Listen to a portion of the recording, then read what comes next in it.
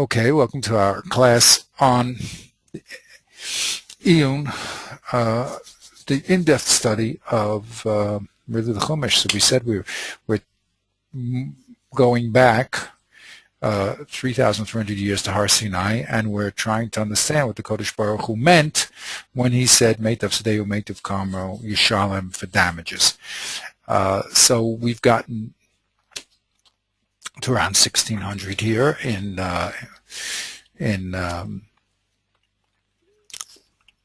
Europe, in Poland, and we're investigating the Shach. Now, what we're going to have to do, and it's just a question of what comes first. What we have to do is go back into this cluster or constellation of cases. As I mentioned, the Ramchal actually says it. You see, you first have to understand the case in front of you clearly, and then you have to understand your case in terms of other cases. Okay, so classically, Rashi, for instance, tells you what's in front of you, and his grandchildren, the Rabbeinu Tam and all the Balei Tosfos, they do the work of telling you how does this case fit in relationship to other cases. So now when you do the second move, which is really Rabbeinu Tam opens it up, there's always as I said, a group of cases, a cluster of cases, or a constellation of cases. So the reason why I like to use the word constellation is because in the sky, a group of stars create an image. Right. So here it's even more interesting because the cases themselves don't form the image just by themselves. They form it by the interaction with each other. So it's the interaction of this constellation which gives you the definition of each one of the parts. Now, sometimes you'll just have one or two interactions, sometimes three, four. But that's the way that the Torah works to first of all, to compact the information, and then to unpack the information. In other words, you can't only look at your case in isolation. You have to look at your case in relationship to the others. So, for instance, Abaya in the broad game, in the broad view, he brought up the two cases of Meitav Sadeu versus the pasuk that says Kesev Yoshev. And it was the interaction between those two pasukim that is bringing us the true meaning. And without that interaction, you don't have the true meaning of each case.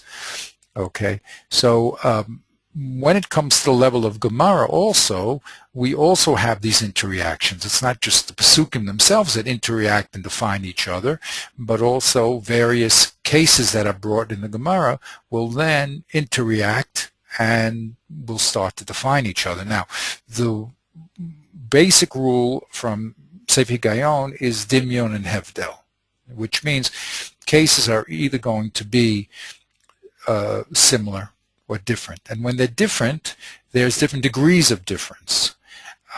They could be totally unrelated, and this is all in Derek Tifunos, he speaks about it.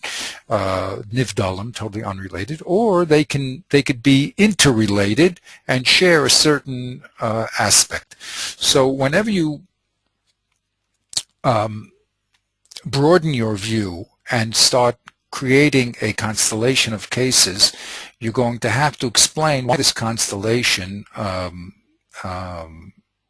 is a group or a cluster. In other words, what's the tzad hashava? What's the common quality that makes them a group?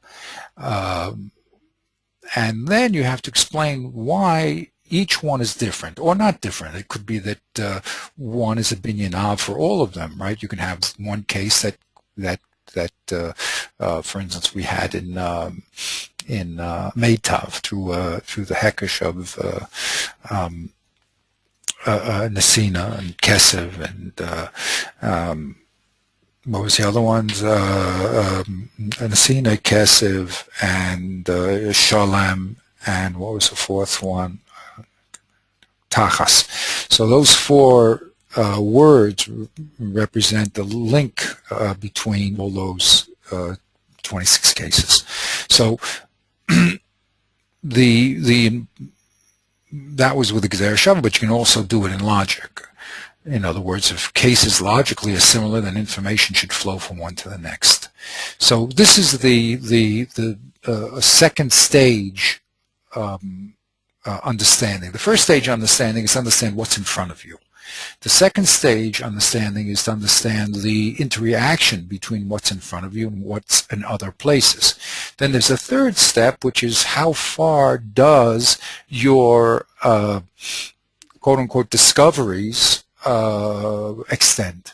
Okay, and there you use logic to extend it to other cases and not other states, Rubinyanovs. So that's the system. It's a deep and complex and exacting system, and in order to get into it, we have to go on the backs of the great Chachamim, and they'll tell us what the links are. In contemporary language, they talk about nodes and links, which is really the same concept. When you think, you have ideas that are disassociated, and then you make associations with those ideas through certain links, through common qualities you see, and then your information will move from one case to the next. So really, the Torah is Hashem's, quote-unquote, his thoughts, and the cases that he brings down are the nodes, and then he expects us to make the proper links. Some of those links are, because of Masara, like the Gezer Shava. I mean, you can't make Gezer Shava by your own. You have to have it as a Masara handed down from Hashem to Moshe Rabbeinu all the way down to here. And then some of them are logical links that you can use common logic. You can make inferences, and you can make syllogisms. Okay, so that's the process that we're using to process the information to get down to a very specific case. Okay, so here in Tosfos, the Rabbeinu Tam brings us a group of cases. We've been only involved in Nezikin in one place, and that's been on Daf Tes. Okay, that's the main place that we've been involved in, and also in Daf Vav. In Daf Vav, the whole problem started with Abaya. The Abaya saw a conflict between Meitav and Yoshev, which is Subin, and that's how we started the whole piece, with the resolution of that conflict with Reb Papa at the end. And then on Tes, we had Rev Huna also seemingly answering the same question, which is the relationship of Meitav and Subin, and also Kesef. So those are the two areas that were presented in our sugya, in our section originally. Then the Rabbeinu Tam broadened the piece, and he said, there's an LCD, there's a common quality not only in the Nezikin, but in Balchov, the Malva Nalova, the Mekach person, who the buyer wants to get his money back after buying something that he didn't misrepresented, and then finally there's the Poel, who wants to get his money after the end of the day's work. So that's the constellation of cases that Rabbeinu Tam brings to us. So there's a Tzara Shava, which he calls Pirion, and each one of them, however, work slightly different. So we know that Nezikin, for instance, has a special din of Meitav. But that doesn't extend to Balchov. It extends to, or it may, by the way, there could be an interaction there. But simply speaking, that's a special din in Nezikin. That's where it appears. And to move it anywhere else, we need the Gezer Shava of Tachasin Shalom Kesef. Then we have Balchov. Whether or not Balchov is going to now interact with Nezikin is exactly the problem that we're talking about. If you remember, we'll get into the details of that. But with the Beis Yosef trying to explain the Tur, he says there's a interaction. Just like in Balchov, we know that the Malva can demand Kesef as a priority, so too that moves to the case of Nezikin. Now, how did it move? He didn't tell us. That's something that we have to investigate. How does that information move over? Now, Meitav would not move over to Baal Chov because that's a Gezer Sakasov, correct? I mean, that you need Moshe Messina, and it didn't move to Baal Chov. It only moved to the area of Nezikin. But the Beis Yosef is saying that the din of Baal Chov can move to Nezikin as far as priority. Okay, very big chiddush, and we don't know how, why, and the basis. All he says that's what the Tur did, unlike the Rush. Now we have the cases of Mekach Tos, which is another one of our constellation of cases here. And we have actually two Gemaras that speak about Mekach Tos. And there, it has the same din of Baal Chov. That's what Tosfos says, that these two cases are equivalent. And finally, we have the case of Poel, which is the most extreme, where the employer cannot give Shav Kesef at all. He has to take whatever produce he has and goes around and sell it, and then give the employee real cash. So that's the only option that he has. So there is the interaction between these four cases. There's an LCD, which we tried to speak about. It was very worthwhile speaking about. Just generally, people are trying to collect money that's due to them. Normally in a kinyan, when you buy something, the money is given at the time of the acquisition, correct? That's how you buy it. But here, the money is having to be reclaimed. There's not a kinyan here. No one, I mean, the Nezikin, you damage someone's property, and now you have to pay him money. So the Nizak has to collect money. There was no agreement, and there was no sale. It was obviously Baal Korcho against his will. No one wanted it, but that's what happened. In the Baal Chov, you did give your money to the Malva, to the Lover, excuse me, and then you're expecting it back. And now the question is, okay, you have to collect a debt. Okay, Mekach Tos also is a type of debt because the mocher now owes the money to the lokeach, and the poel also worked all day and he's also owed money. So all these people are owed money, okay, and have to reclaim the money that they owe, and it's the interaction of these cases which is what we're talking about now, which is a new level. In other words, the first level was just seeing the cases in and of themselves. Now, why do I bring this lengthy introduction all the time? Because really, we have to go into the Gemaras themselves, the source. Whenever you have we see the fruit of the tree, right? So you always have to go back into the branches and into the trunk and all the way down into the roots. You see, because the roots are the real source of the fruit. That's where it all started from. So that's why I always call it inside out. You're really, a lot of times you're on the outside and you have to go back in. So you just see the result, but you don't see how you got the result.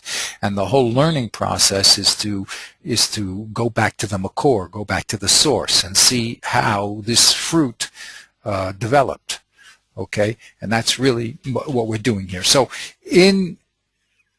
we have to look at each one of these Gemaras in and of themselves and see what's said there, because that's the source. And then we have to be open enough to realize that these source cases or nodes are going to be read differently, okay, either because of an understanding of what it says here, or because some interaction that forced some person to read the case in front of us differently. Okay, so that's the next level and the beautiful level of interaction. That's where we are. So in the end, what we want to do is see clearly the whole source-fruit relationship. We want to trace everything very clearly from the pasuk all the way down to the result and all those interactions. That's what we'd love to do. That's called clearly understanding the halacha from its very source.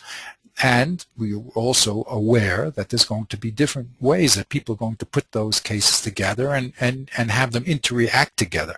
So as uneducated studiers of the Chumash, we are now trying to become educated as to what the parameters are, what the givens are, and how people are reading the given cases and how they're understanding the interaction.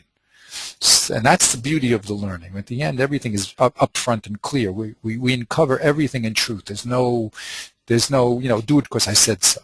Okay, it's do it because this is the true understanding. That's the beauty of the Torah. And once you're in that level, so you really see that this is from a Kodesh Baruch Hu, because it's just a system that's impossible for the wisest of any man to have created. It's just too broad and too deep and too delicate and too complex and too exact for any human being to have ever created such a system. So you really, you see a Kodesh Baruch Hu who's right there in the beautiful Torah that he wrote. Okay, so that's where we're holding. So, B'kitzer, I would like to go to the roots, but first, since we started with the Shach, because his broad view has given us a lot of Rishonim and a lot of Gemaras to deal with. So we're first just going to understand what he has to say, and then afterwards we have to now do the hard work, which is, it's actually the beautiful work, is to go to the source material and then to read it very carefully from the Gemaras to the Rishonim that he said. And what we're doing is what good student of Talmud does. And when we go down the line, if we do our preparation carefully, so we'll see exactly what the later people do, because they're doing what we're doing, so they just know how to do it better. So Baruch Hashem, we're learning from them. But that's what they're doing, and then you understand the system, Baruch Hashem, very clearly, and it doesn't become just a hodgepodge and a confusion mass of information. It becomes a very, very delicate and exact process. Okay, so let's go to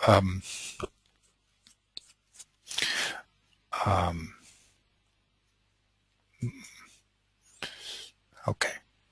So I'm not going to go through the whole lengthy introduction, but basically what we got to a place now is a place called priority or hierarchy. Okay, before the tour comes on the scene, life was very, very simple to us. We read Rashi, we read the Rush, we read the Rif, and everything seemed very simple. There was just two conclusions on the Gemara. One, Reb Papa, that all our three elements of Kesef, Shevet, Kesef, and Meitav are equally admissible as payment for the mazik. And Rev Huna held that no, there's a hierarchy. You have O Kesef or Meitav. Those are the L'chatchila position. If you don't have them, of course, we'll let you use Subin. So that's how the world existed before the tour. Actually, it's not really before the tour, because the Rambam does say what he says. He's a Rishon, and the Nimuk Yosef does say what the Ramah says, so we do have this material, but we were just ignorant of it because we started correctly from the Gemara inside out, and the Gemara just spoke about the two cases, and we had Rashi and Tosfos, Rashi, Rebbeinu Tam, and then we read the Rush. So that was our universe. The universe is quite larger, and the tour got us involved in a larger universe, because he all of a sudden gives a priority to metaltalin. So that was very, very shocking, because we thought metaltalin was, according to Rav Papa, was equal to the kesef and the meitav, and according to Rav Huna, metaltalin was the worst. So where do we see metaltalin as any priority? So that's where we had to also investigate other Rishonim. And there's two other Rishonim on the board. One is the Rambam, and the other one was the Ramah. How did we know what they said? The Rambam says what he says. It's no secret. He wrote the Mishnah Torah, and he says that when the Beis Din comes to collect, it collects from the metaltalin first. A very big surprise.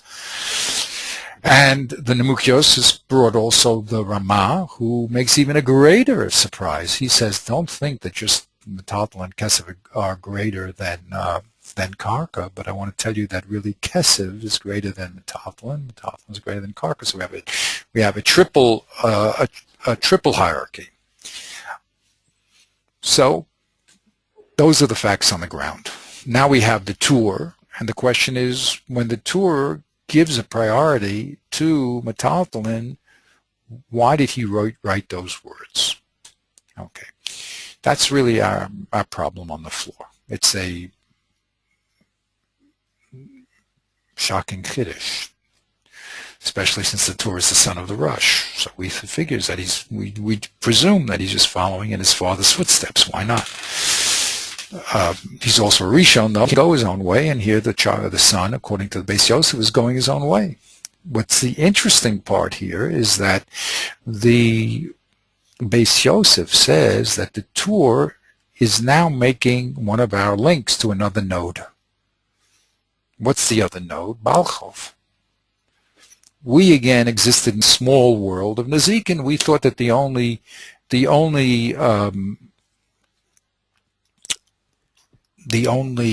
case involved in deciding what you pay for was the pasuk of Yashiv and Kesef and Yashiv and Meitav.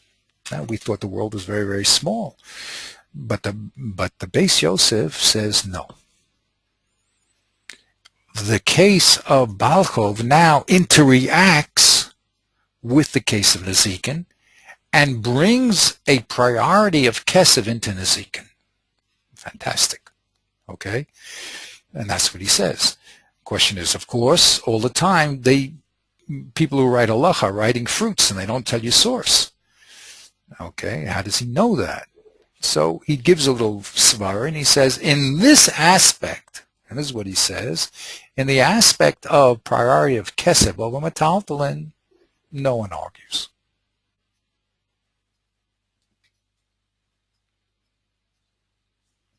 Okay, so one second. I'm sorry, that's incorrect. What I just said. In the aspect of Metaltalin over Karka, he says that no one argues.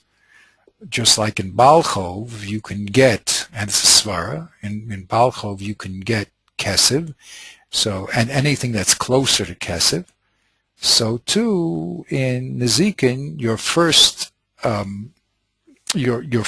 preference as a Nizak is to say, I want Kesef or Metaltalin.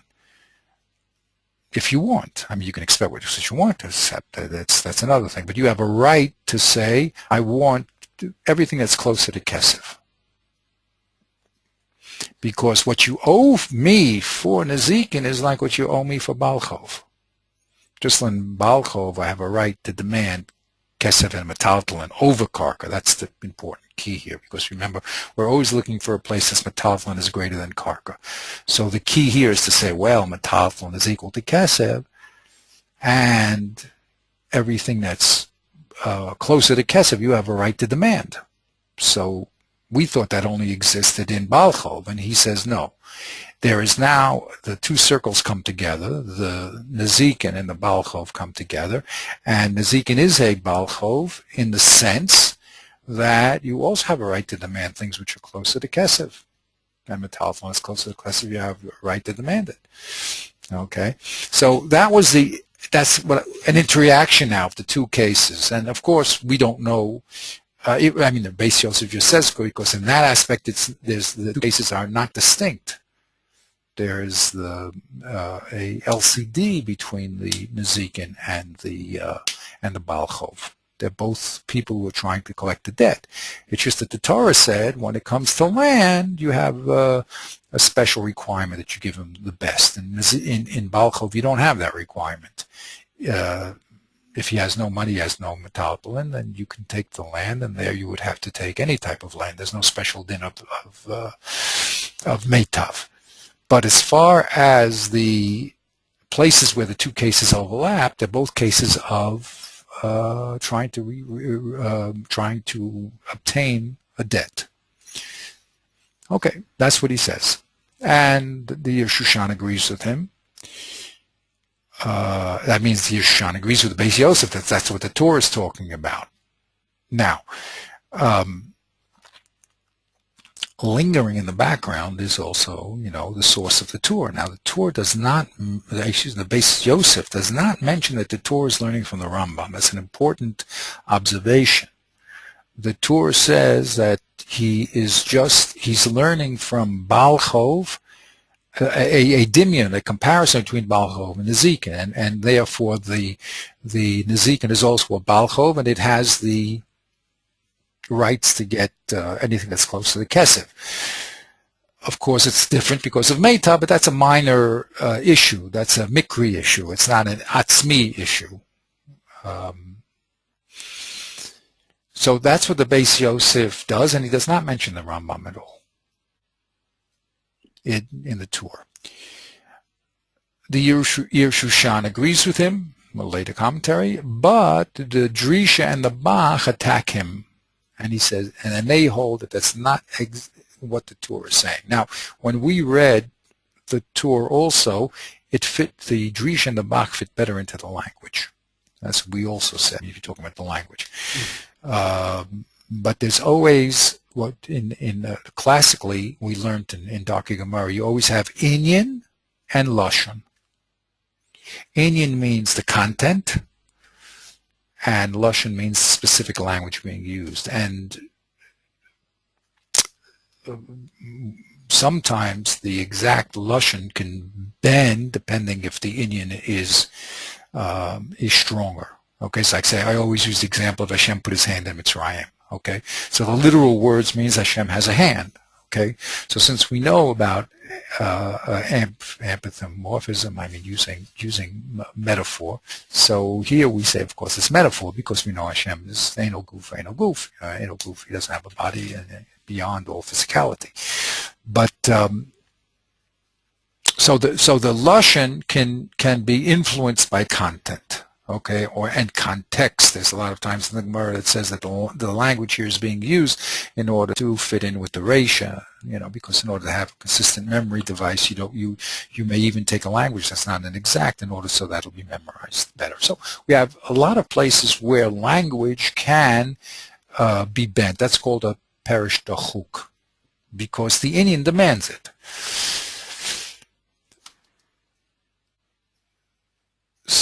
So the Drisha and the Bach say, look, the Torah says what he says. If you're medactic in the language, he's only trying to eliminate the possibility that the Nizak can demand a Meitav because the Pasuk says Meitav. That's what he's trying to tell you. And so he says it's not a question of collecting from a Metaltalin first. It's just a question of that you have a right to give Metaltalin as opposed to Meitav. And that was the basic difference between the Drisha and the Bach. And in yellow we had all these sources which we'll go back into and will become clearer. Now, when it came to the Shulchan Aruch, there was a slight change from the Torah, because there the Shulchan Aruch openly quoted the Rambam in his halacha, except we saw a few fine grammatical points. But basically it's a quote of the Rambam. Now, surprisingly, the Sma, who is also the Drisha in the Torah, also wants to dochek the language of the Shulchan Aruch and say, well, I'm sorry, this is exactly what the Shulchan Aruch here actually came around when he came to writing his own book and did not feel obligated to the Torah, and he wrote the halach as it should be. Okay, and it has nothing to do with the power of the Nizak to demand Metaltalin first. So that's our basic setup. With that setup comes the Shach. And the Shach is going to demand of us to rethink our sources. he says, first of all, what the Sma says in the Shulchan Aruch is extremely dochek, because it seems like the Rambam says clearly there's a priority of metalton over meitav. So if you read the words as they are, there's a priority. You haven't seen that because you're prejudiced by the reading of Rashi and the Rabbeinu Tam, and also the simple meaning of O Kesev Meitav, we said, is that it's a equal alternative. But you have to understand that the Rambam did not read Rev Huna like Rabbeinu Tam and Rashi and the Rush and everyone else. He had a special way of reading it. And there he's mechadesh that the Rambam read Rev Huna as the hierarchical order. Or if we looked at it halachically, I would say l'chatchila and b'di'evet. When he said O kesev, O meitav, he said l'chatchila give kesev, and if you don't have it, then you give meitav. Then Reb Nachman said, well, hey, wait a minute, there's a third possibility of Shavi Kesef, and he said that's the delay slay. So, and we learned according to the Shach, that means that when you don't have metaltalin, then you give meitav. But if you have metaltalin, you have to give metaltalin, and that's how the Shach explained the sugya of Rev Huna, and created a hierarchy from a place where we saw no hierarchy before. Now, to say such a thing, he needs proof. In the Ramchal, in the beginning of the Funis, he says that your statements are only as strong as your proof. If you have no proof, then you have a possibility. So you have to bring proof to what you say. And Rev Huna supplies two types of proof. He supplies proof from people of the early generation, which he calls the Ramchal Mekabbalah, that other people said it. But then he is going to go further and explain that this has to be pshat in the Rambam, because it's going to have another Gemara that he's going to bring to us. So that is the very clear but very subtle setup of our situation here. We're looking for a place where metaltalin has a priority over meitav. The Shach brings us Rev Huna, and he says there it is. The interaction of what Rev Huna's statement was and Rev Nachman will create your hierarchy. Okay, and in order to get the Rambam, which they're presuming that Kesev is equal to Meitav, we end up saying that the halacha, when it comes to the difference between Kesev and Meitav, is like Rev Papa. So that's the subtlety of where we're holding. Okay, so I did all these charts, but you know, they just, oops, there we go. Okay, so in effect, if we analyze again what the Shach has done, we'll see as the Hashem everything inside. But the Shach says like this. Here Shittas Rambam, and he also says that's Rabbeinu Hananel. He's going to learn that Rev Huna has a triple hierarchy. He said Kesev lechatchila, meitav when you don't have Kesev. His student Reb Nachman said to him, well, what do you do with Yashiv? He says that's bedulese Kesev, when you don't have Kesev. So when you don't have Kesev, then you have to give metalton. V'neino chanami, Kesev and metalton are greater than meitav. The implication of the Shulchan Aruch, since he doesn't talk about, he does talk about Kesev, the Shulchan Aruch. In the Shulchan Aruch, he clearly says that Kesev is equal to metalton, and we made a triple level hierarchy. How can that happen? He says, in this particular point, which is the relationship of Kesev and metalton, the halacha is like Rev Papa. So now we have to go back to Rev Papa. Remember, our Rev Papa never spoke about Kesev.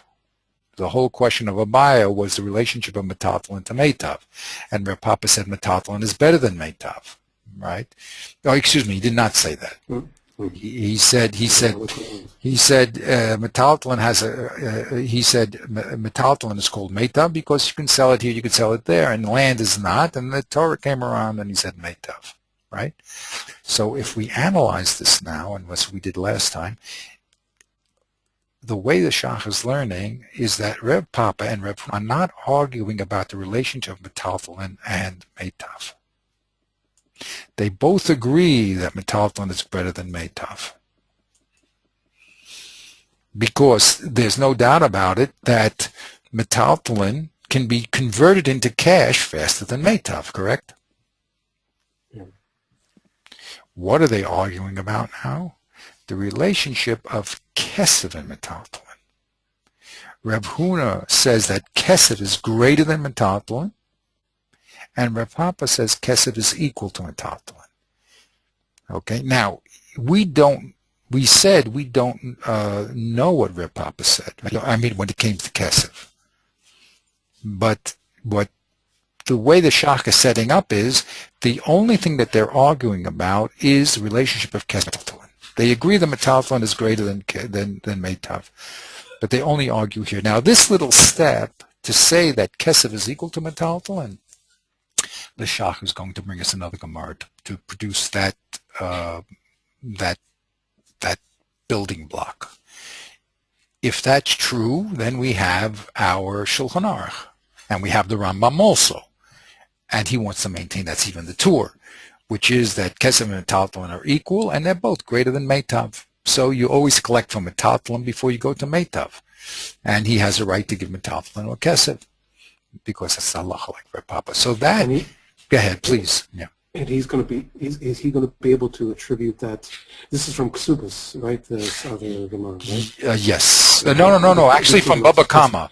Actually, from Baba Kama. He's going to use from Baba Kama. He's going to take a Gemara from Baba Kama that uses the language of the Rambam, of Niskakin, and uses this lashon of Yoshev, and he's going to show us that Gemara. He's going to say, I did a tremendous amount of research, and I'm going to tell you that's going to show us that this relation of kesef and metaltalin are equal, and they're better than they're better than meitav. So that's the. And is he? Go ahead. Maybe I just want to ask that just in preparation. Is he going to be able to show that is Rav Papa's position?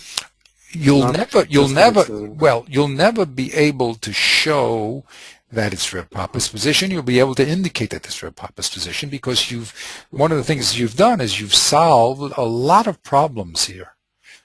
When I love this example of Copernicus, because what he ended up doing was just solving a lot of problems. I mean, they didn't have satellites and they didn't have what are those telescopes that went into the atmosphere. He did it in Svara. He said, look, according to the old think that the sun, that the Earth is in the center, you cannot explain that Mars is making a loop in the sky. Everything else makes a nice arc like the sun. It comes up in the east and sets in the west. But Mars makes a loop. You see? So you're not going to be able to explain that. Oh, of course you'll explain it. You'll explain it b'dochak. You'll say that there's what's something called an epicycle. So when you're looking at Mars, you're really seeing it making another circle in the sky. It's making it's following the general, what's called the ecliptic, the general path of the sun, but in the middle there, it makes a little circle called it makes a little loop, and therefore it's going backwards and forwards because it's making a little loop in the loop. Okay, so he said, but if you change the system, you'll be able to explain that movement without having to make that dochek. You see, but you're going to have to change a major premise. You're going to have to take the sun, put it in the center, and the Earth going around it, and say that Mars is closer. So what you're seeing is not a special loop in an arc. What you're seeing is the orbit around the sun, which is closer to the sun. Anyway, he just solved a problem. You see, he was solving a problem more elegantly. And by solving the problem more eloquently, he held it was a correct solution. So here also, what the Shach is going to say the Rambam is doing, I mean, is solving a problem more elegantly. Okay, because here we've done a tremendous, quite a lot of interesting things. We made, for instance, the machlokas of Reb Papa very small. Okay, just really whether kesef and taltalin are greater than each other, and also that's what they're really arguing about. They are arguing, like we had. Remember this Reb Huna Omar, Reb Papa Omar. Okay. And we also keep, by the way, if this is correct, we keep the halacha like Reb Papa, who is the Basroi. So we save that problem also. Okay? So there's a lot of advantages that we gain by setting up the system this way. What's the disadvantage? Well, we had to create a new type of or statement. Against the standard operating procedures that when you look at the sun, it goes around the earth. Well, now you're going to switch that premise. Wow, that's a pretty heavy move. The standard operating procedure, o kesef o meitav, is an equal alternative. That's the Havana Rishona, the simple meaning of the words. Now, to push it into a lechatchila b'diavad is a possibility, but it's dochek. So you lost on that. On that point, you lost points because you were dochek in the lashon. You lost points on lashon, but you gained other points, on elegance and the halachas like Reb Papa, and you don't have to worry about Basroi. But so that's exactly what he says in Derek Tefunos in the beginning. If you read the very, very beginning, he says what people are going to do is going to set up their systems, and they're going to show you very openly the strengths and weaknesses of each side. After all, if it was a closed case, so no one would be debating it. No one would ever go to a solar-centered to a solar-centered universe if it wasn't that we had problems to solve. Okay, if there's no problems, then what your eye sees is what you see is what you get. If there's no contradiction, so that's fine. You stay with it. It's only when there's a contradiction do you have a room for debate. And you're either going to take the contradiction and push it into the norms that we always knew, and make epicircles, or you're going to then change your basic premises, which is always very dramatic. I mean, that's like revolutionary, whoever thought of such a thing? It's totally intuitive. I mean, it's not what you see. Okay, so this is really what's going on here. They're having a debate about a gray zone, a middle zone. Okay, and it's not clear. If it was clear as day, then there'd be no problem here. So, but we already understand there's problems because we have the Gemara ends in two places. That's already problematic. The Gemara should end in one place, not two. Okay, and then we have other problems because in the people who can see the larger picture are going to start seeing interactions between other Gemaras in this Gemara. These two Gemaras, to the simple person, happy when he does his Daf Yomi and he understood what's on the page. But the Gemara is a very large matrix of interactions. So the big people are able to see that large interaction and to explain how other Gemaras are going to impact on this Gemara. And all of a sudden, with that new interaction, you have a new Gemara in front of you that you never saw before. Just like, as I said with the Pesukim, the simple person is happy, he hears Kriyas Torah, and they ring Shemos, and, and he hears, Meitav Say, Meitav Karma. He doesn't understand that there's another pasuk, just a few lines down, that's going to have a conflict with what you just said.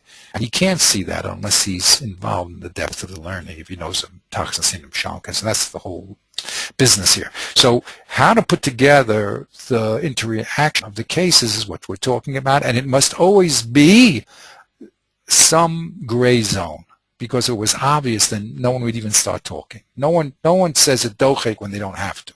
No one explains something when they don't have to. That's a waste of time. You only explain something when it's problematic. When you have a conflict somewhere, then you're forced to explain. So if not, so then everything works, works well. You don't have to, if it ain't broken, don't fix it, we say in the modern world, right?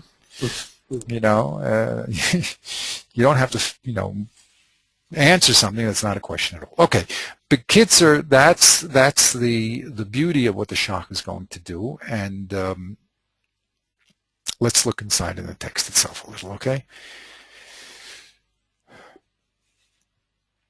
So that's another one of my jobs here, is to keep a running scorecard here of pluses and minuses on each side. You see, so the Sma has when he read the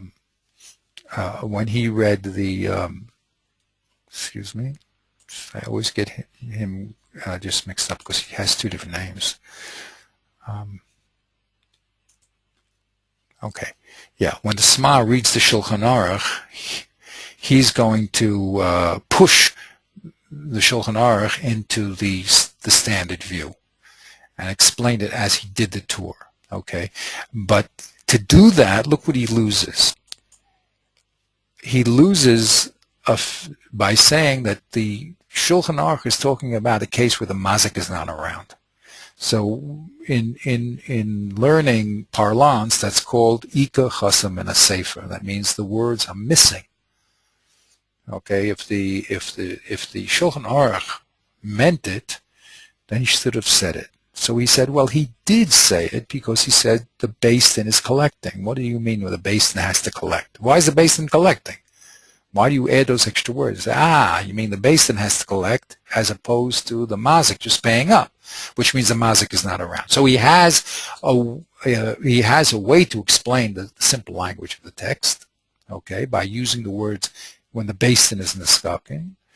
But he has to say that we're talking about a case where the mazik is not around, the Beis Din has to figure out what the mazik would have given, and since the mazik could give any one of the three, he would always prefer to give them a talton.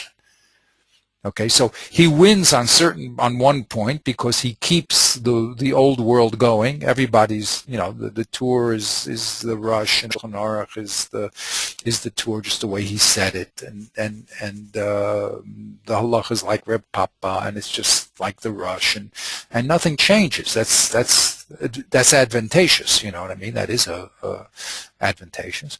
But he loses in the sense that he has to set up a dochek in the lashon of the Sma, of the Shulchan Aruch, to say that the mazik's not around. He'll explain it because that's what the words based in niskakin means. He has a way to explain it. After all, he had no basis to say it. He wouldn't say it, but that does say the Beis Din, and that's really what the Sma does. And he says this is not what the Beis Yosef said in the tour. Obviously, the Beis Yosef now, according to the Sma, went to the simple meaning of the rush, and he forgot about the tour's putting malva into the case and giving a priority, and he just went back to the old standard way that we always learned, like the rush, and just dropped what the tour said when it came to him writing the halacha. Okay, the Rosh Hashanah, of course, followed the Beis Yosef in the tour. Okay, then they all said that the Nizak has a right here, and the Sma made everything old world view. Okay, that's what he did. So now the Shach now, of course, has ammunition against the Sma, because he says, look, let's look at what actually is being said here, and let's not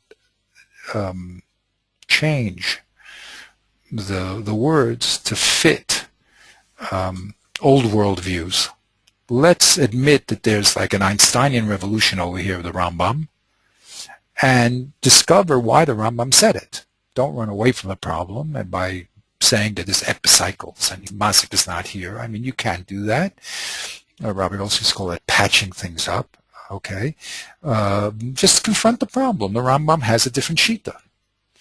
And that's what the Shach says. Let's just read the Rambam as he says it, and put everybody in this new world view that we never thought existed, because we're reading the Rashi and Rabbeinu Tam, and try to understand why and how the Rambam came to his conclusions.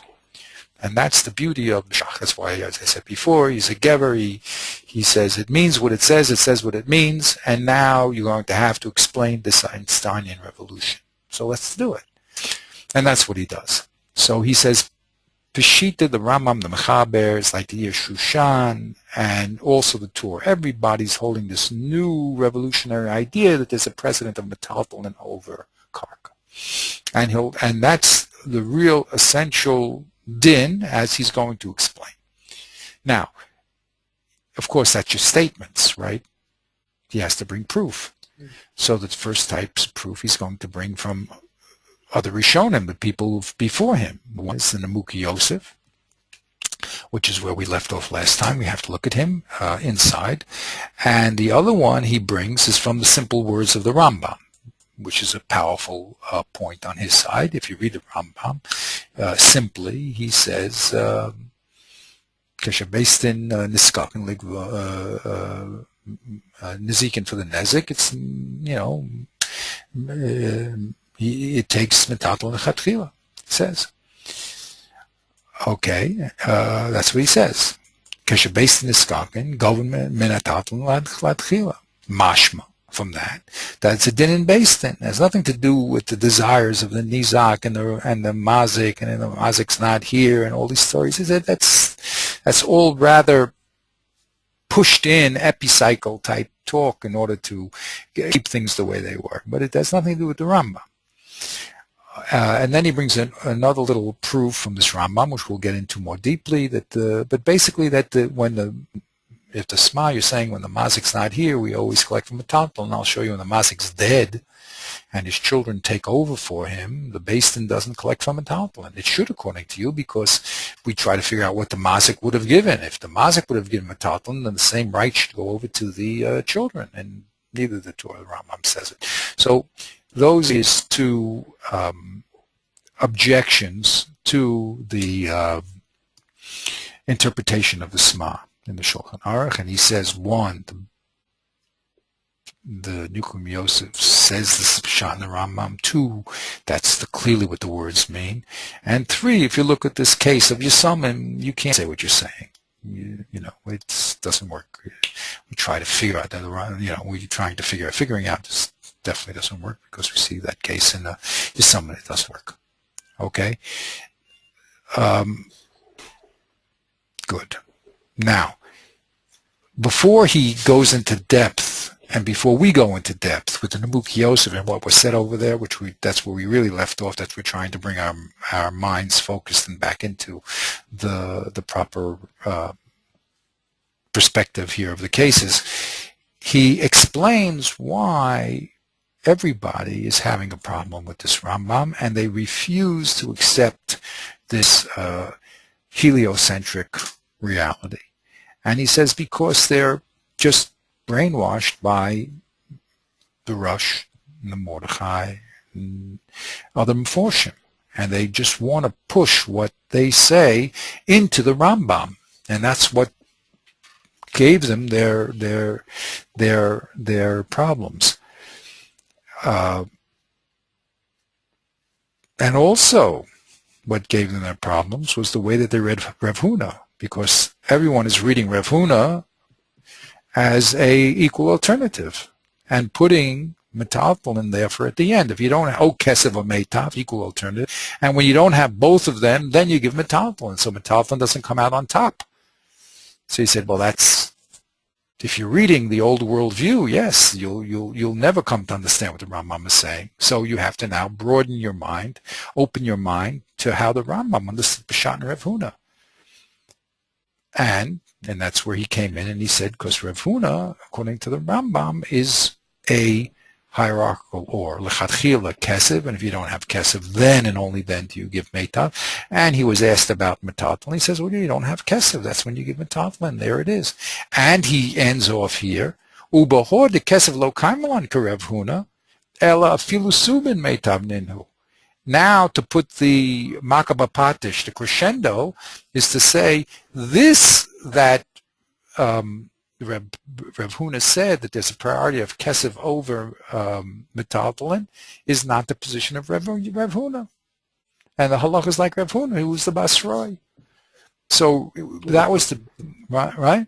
So that was the beauty of what we said over here. It's mamish. I said he's not a magician. He's a logician. That's my new phrase. He's not a magician. He's a logician. Right?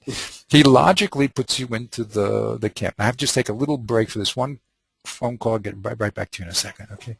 Oh, what? Just the paper? Oh, here it is. Very good. Okay.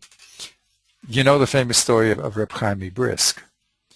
So what happened was that there was this very big Gvir who always used to give his money to Hasidic Rebbes.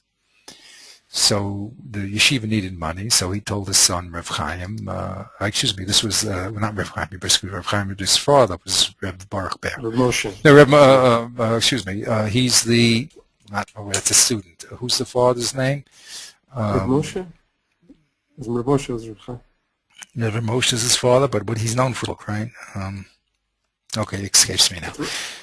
Yeah. Okay, so Reb Chaim's father, who was the Rosh Yeshiva there in Netziv, what was his name? Reb Moshe was a son, sorry. Reb Moshe. No, not Reb Chaim. Reb Chaim. Yeah, I don't know. I just slipped in Maybe my mind. Yoshe Ber. Yoshe Ber Solovej. Yeah, I think the present one was named after him.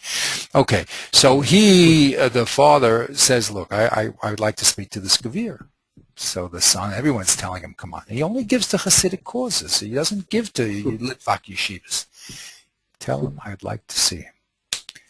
Okay, so they reluctantly go over to the Gvir and they say, look, you know, my father would like an audience with you. Would you please come and speak to him? He says, look, I don't give to Litvak causes. I only give to Hasidic causes. Why is he, you know, ask me, please do me a favor. He asked me to ask you, and please come. So the Gvir comes to Reb Chaim, Reb Chaim's father. So the father says to the Gvir, he says, you know, how come you don't give to my yeshiva? So the Gvir says, look, I'll tell you the truth, you know, I go to the Hasidic Rebbes and they're doing wonders. And nisim and iflos. I don't see you doing any wonders. He says, that's the problem? He says, I'll produce a mofate for you. I'll produce a wonder for you. He says, yeah, well, if you do that, I'll definitely give you money. So he says, I'm going to tell you what. You put 100 rubles under this heavy oak table. I'll lift up the leg, you put it under there. I will clap my hands, and the money will appear right in the palm of my hands from under that heavy oak wood table. So the Gvir says, well, if you can do that, I'll give you money. That's great. I mean, you know. So he says, okay, they lift up the table, they put the 100 rubles underneath, and Refiner's father claps his hand. He says, Chaimki, lift up the table and put the money in my hand. So the Chaim lifts up the table, puts the money in his hand. So the Gvir says, that's not a mofate. He says, to get money from you is a mofate. So it's a miracle. But what is it really shows. That's why I said he's not a magician. He's a logician. He didn't say how the money would come to his hands, right? He didn't say how. But that's why it's always unset, because it's logically correct, but it's not what you expected, right? At all. So the same thing. What I'm saying is that the shach is not a magician. He's a logician. He has a result. He has to get back to causes, and he investigates the material, but he's willing to put the material together in a different way than you're expecting. Because you're expecting the standard operating procedure. You're expecting O to be equal. You're expecting, O's to be equal. You're expecting people to be following a Masoretic trend, right? And because of that, you can make make errors because not everything is following standard operating procedures. But once you do that, then something's going to be dochek and it's going to be a surprise. You say, wait a minute, I didn't think of it that way. So you didn't think of it that way, but that's the way it is. It just happens to be the sun happens to be in the center. You never thought of it that way because you said, well, simply it never was a problem. I could solve all the problems by the old world view of putting the earth in the center. So that's what's going on here. These people are logicians and not magicians. They don't make things up. They have to prove their point. But any time you have to go against the tide, you're going to face criticism. Because wow, wait a minute, we never heard of that before. So you're going to have to. That's why the Shach is so strong. He just doesn't say things. He's going to say, look, not only is this correct, but if you analyze what people have said before, I'll show you that it must be correct. You see, and that's the power of this, of this Talmudic thinking. What word can I say better than that? I don't know. And they're trying to recreate. Remember the Rambam. They don't want to, they don't want to play with the Rambam and just, say, well, the Masik is not around. That's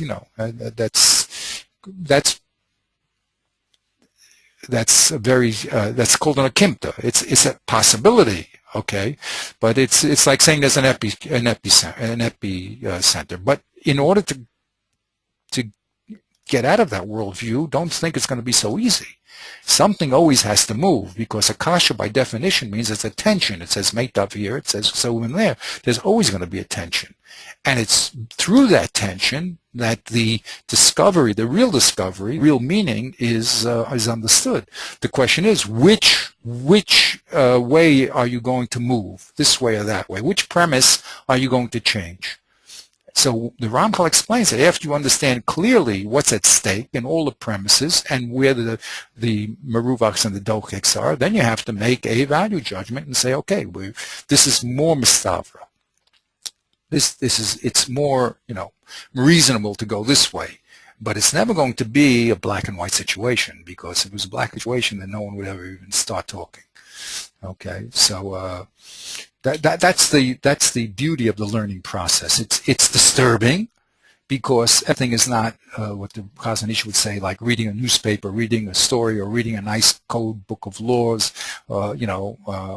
There's problems there that have to be solved and are solved, and that by a problem there must be something uncomfortable being discovered.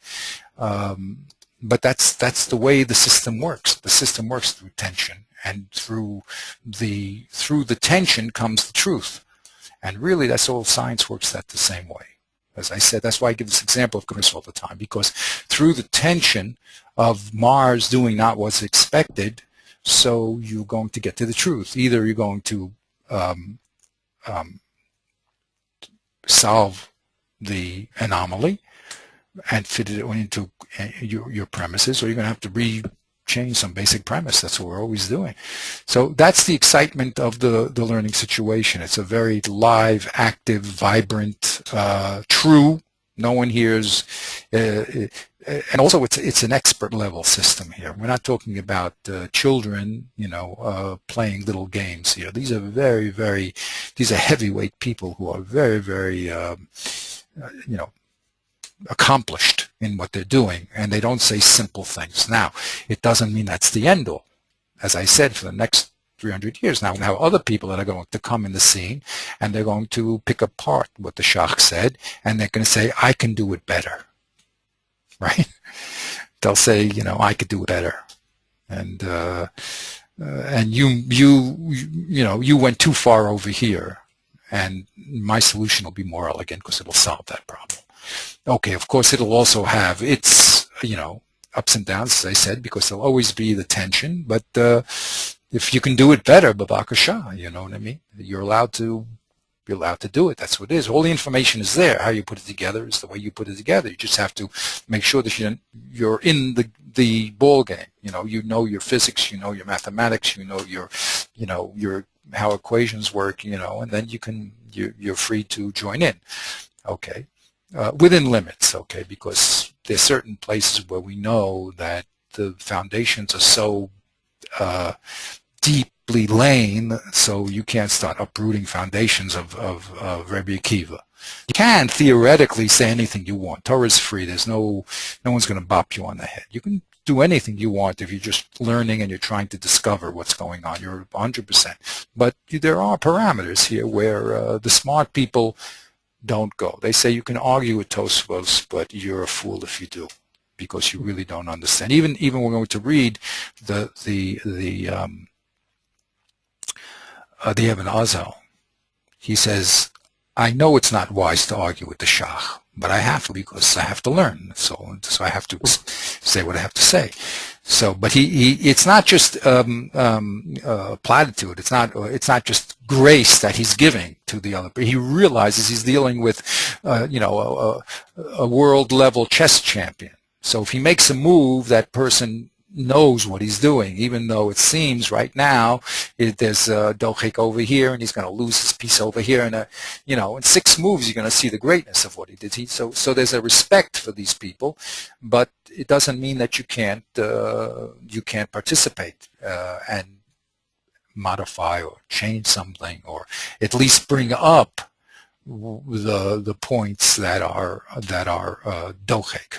Okay, so that was again one of our long introductions, but this is to explain the beauty of the learning process, and Baruch Hashem, we can get to these levels because many people just are happy if they read a few words and just get a general idea and they keep going, but they don't realize the scientific depth of what's being done here, and Baruch Hashem, we can get here. Okay, so let's go back into the text. That's what the Shach does. He makes the machlokas Reb Papa and Reb Huna and Reb Papa based on the relationship of Kesef and Metathlon, but say they both agree that Metathlon is greater than Kesef, and that's what he says.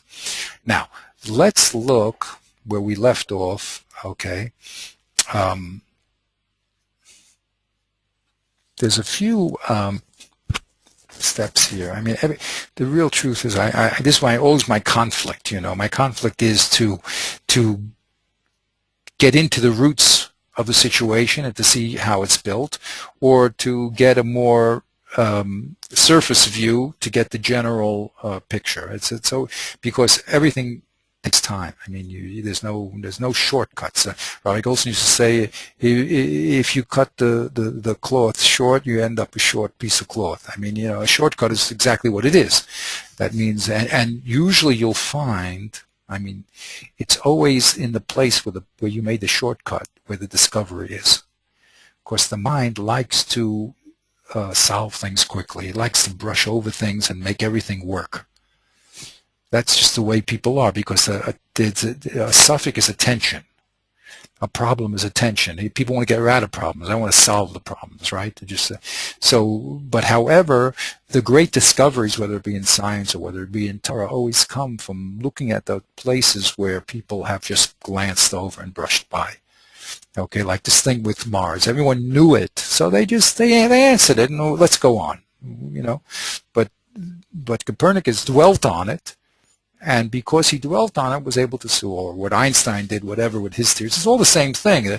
It's just doing iyun something and sitting there and investigating. So this is all my problems of how deeply to go here. Because when you go into each one of these texts, you'll see that there's certain things that what he said seems to be correct, other things not so. So okay, we'll do a little of it. Okay, we were doing the let's just do a little of it. So what he says over here is that let's do a little, because you miss the beauty of the interaction if it's not there. Okay. Anyway, the first thing he says is that the Sma is totally incorrect. The Rambam, the Haber are all like the Ir Shushan and the Tur and the Shar Poskin and Kol Ika, which basically is going to say there is a precedent of Metathlon over Karka. Okay, and he says, I'm not saying it. The Nemuki Yosef says it. Okay, and this is in Hamocha Paris. Okay, so then Mukhi Yosef writes on the Rif, and the Rif goes through all of Shas, and he brings, we said, the Gemara to conclusions. So let's see what the Mukhi Yosef said over there. Here's the Mukhi Yosef.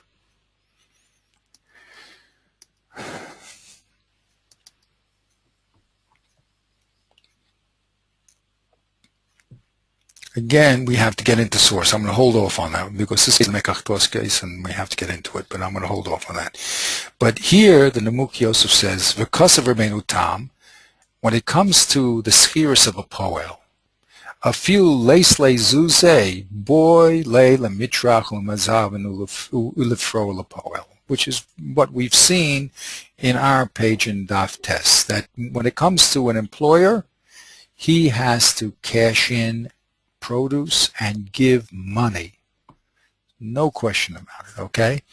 And V'tanan b'perek habayis v'aliyah, hasoches hapoel, here's a Gemara, la'asosimo b'tevin u'bakash, you hire someone to help you on the granary floor with the grains, you know, to do your winnowing. V'omer, and you say to the worker, Tol masha sita b'scharecha, you take a bunch of grains for the work that you did today. The din is ain't showman low. I don't see the screen of the Nemuk Yosef. Do you have it there? Oh, it's not here? You don't see it? Sorry? I don't see the, yeah, I'm still here on the Shach. Oh, you're on the Shach. Okay, so let's wait till it comes in. It didn't come in yet? Mm-hmm. It usually takes a second, though. Yeah. Baruch Hashem. Now, the sound is very, very instantaneously, but the visuals always take a little time to catch up. So how is it? Do you see what it says here? V'kasav Rabbeinu Tam? Or you don't see that yet? Still have the Shach. I hope everything's okay. Did I click everything? Show my screen? Oh, yeah. Somehow I hit the wrong button. There we go. I'm glad you said that. Okay. Just hit the pause button on the screen. That's it. Froze the screen. Okay. Technical things. Okay. So here is the text of the Nemuk Yosef. And he says, Rabbeinu Tam writes, when it comes to hiring a poel, schiris a poel, a few leis le zuze, even if you don't have zuze, boy le lemitrach lezabim b'fro b'poel. You have to cash in metantalin and pay your worker with zuze. There's no such thing as giving him like, there's never a case where you can give him produce. And he brings it from Kuf Yud Ches. There it says, Asoches hapoel, lasosimo tevin, ubakash, you hire a worker to help you with your straw and your produce. You know, he's on the winnowing floor. He's going to, help you winnowing, pack things up. And the employer says, Tol masita b'scharecha, you take some of those grains as your wages for today. So the din is ain't showman low. We don't listen to the employer. Okay? V'amri b'mau desema. Well, of course we don't listen to them. What would you have thought? So the answer is Kevin de Islay Agra, Navi, Kevin de Islay Agra, Nave Shaminenle. Oh, we had a problem with this last time. I didn't look it up. Since he owes him the wages, do what he says. In other words, take the grains. Why? Because there's a common phrase that people say, when someone owes you money, take subin. Okay? Very interesting Gemara over here. Let's analyze this a little carefully. Again, we're talking about the tension between what I call two actors, right? We have here the actors are called the employer and the employee. In one hand, the employee wants to get paid. On the other hand, we want to protect the employee from being what is that called? Mishandled or, abused.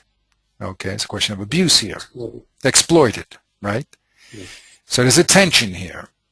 Really, the employer should have given him the money. I mean, you hire someone, pay him cash. What does he need? Grains. He's going to have to, if he happens to want grains, that's fine, but you always have to, he wants to feed his family, so he's going to have to now go sell the grains on hook and waste his time and get money.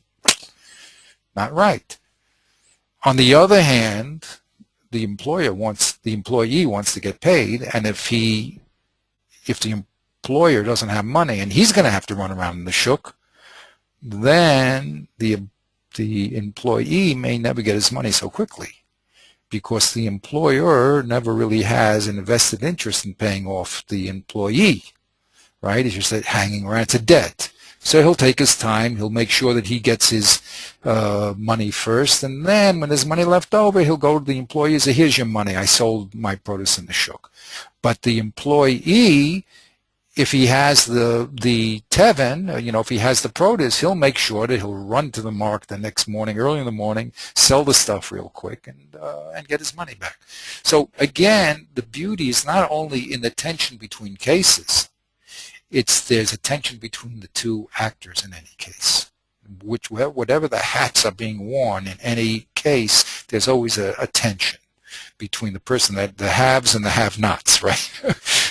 So the have-not wants to get what he deserves, and the have doesn't want to give up what he deserves so easily. So they always have this tension. So here the Gemara says, defines what the tension is. On one hand, when someone owes you money, you better take whatever he has. So if the employee doesn't have money and he wants to give you produce, in one hand, you're better off just taking the produce and just selling it and not waiting till he does his job. On the other hand, that's abuse. You didn't work for produce, you worked for money. So he should really do the tircha and go out and sell stuff and not. Okay? So in the scenario, the Gemara holds that the onus of selling the stuff goes on the employer. He has to go out, sell it, and bring money. And he can't just dump the produce on the employee. Why? Isn't that obvious? The answer is no. You might say there's an advantage to the employee if you're getting the physical stuff, because who knows when this guy's going to be successful to sell his stuff and getting you the money. You better, we say, a bird in hand is worth two in the bush. I mean, get what you can get. So that was the tension that existed in this case. But the Pesach of Rabbeinu Tam is based on a case given in the Gemara that when it comes to the employee or relationship there, the Torah comes down on the side of forcing the employer to put up cash. That's number one. Where is it? Is this from Baba Metzia? I believe so. Let's go to my handy chart. And here's all the cases. This is in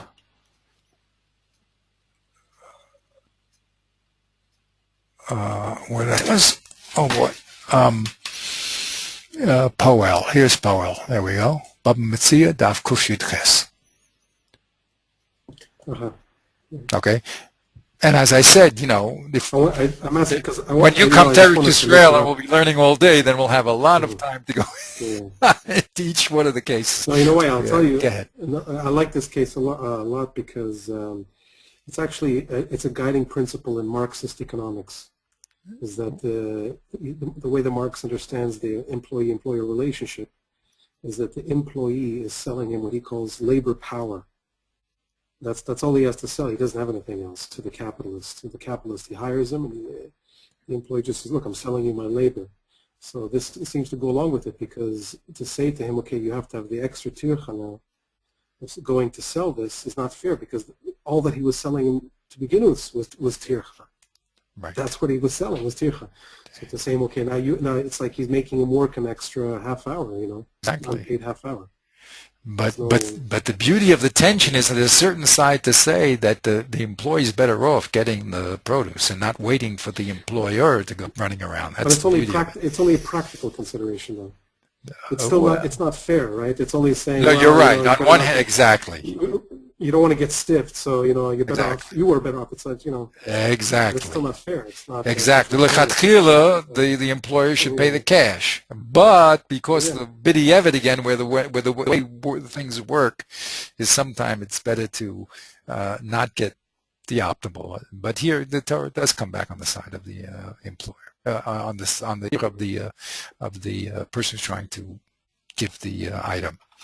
Okay. So now this, by the way, whenever we uncover a principle, we always are going to now see if it applies in the other cases, right?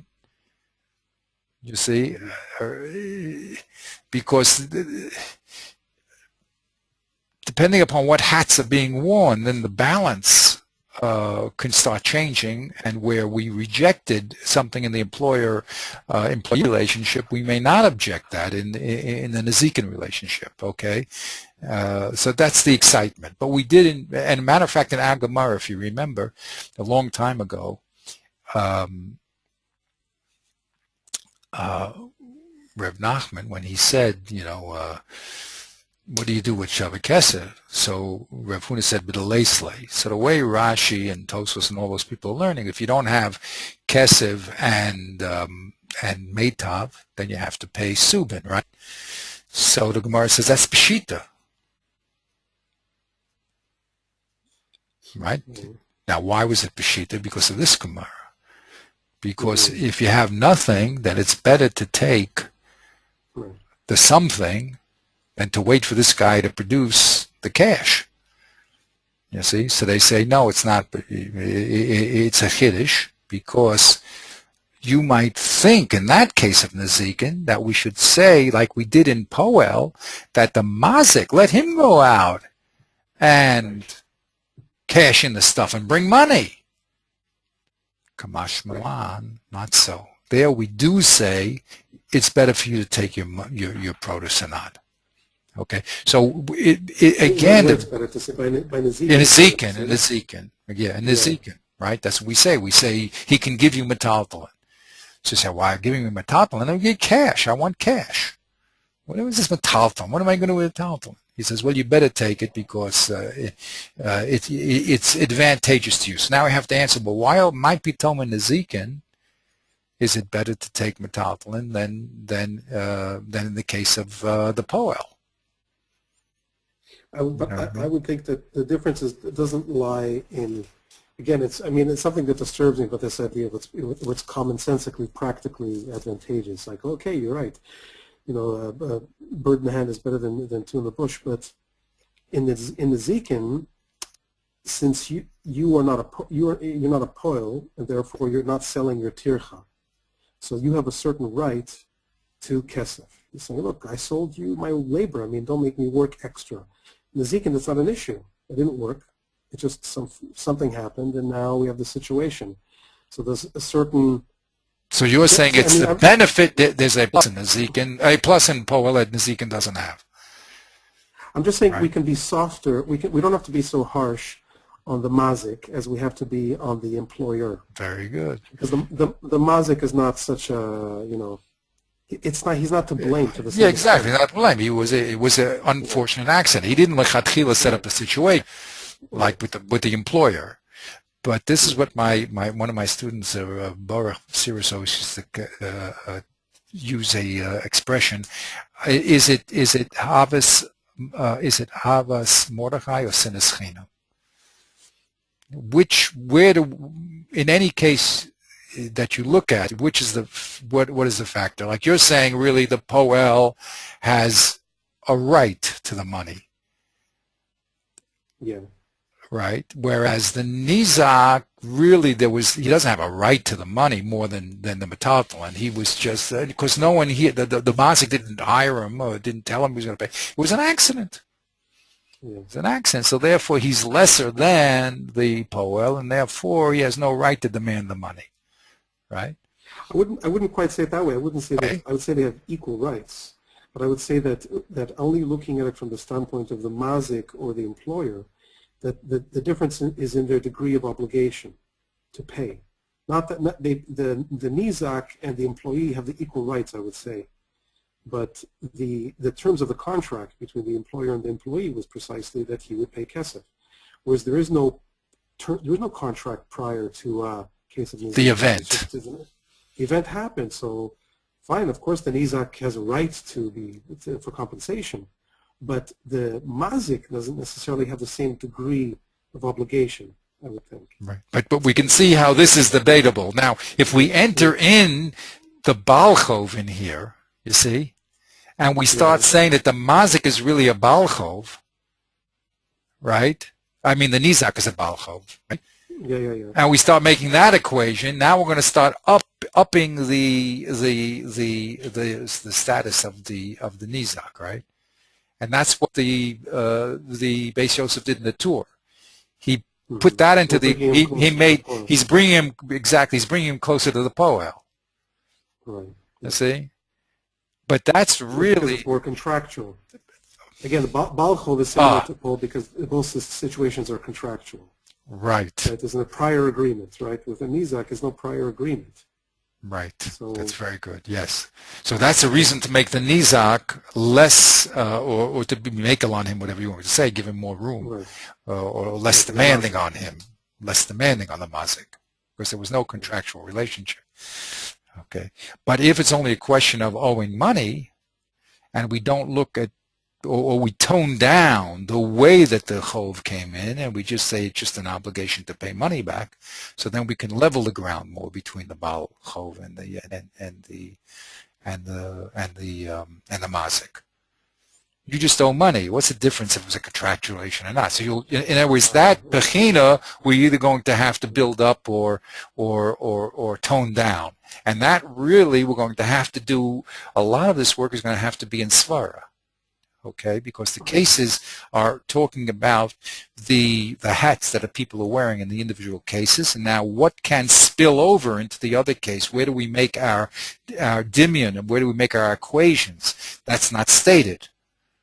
Okay, that's understood. The question is, well, how did the Gemara understand that? Are these unique differences, or does one interact with the other? That's exactly why these debates go on here. They're not just idle talk here. It's really talking about exactly what you're putting your finger on, which is the responsibilities that each one of the parties have in the relationship. Very, very interesting. Okay, that's what's happening. Baruch Hashem. But there it was. That was the Nemuki Yosef.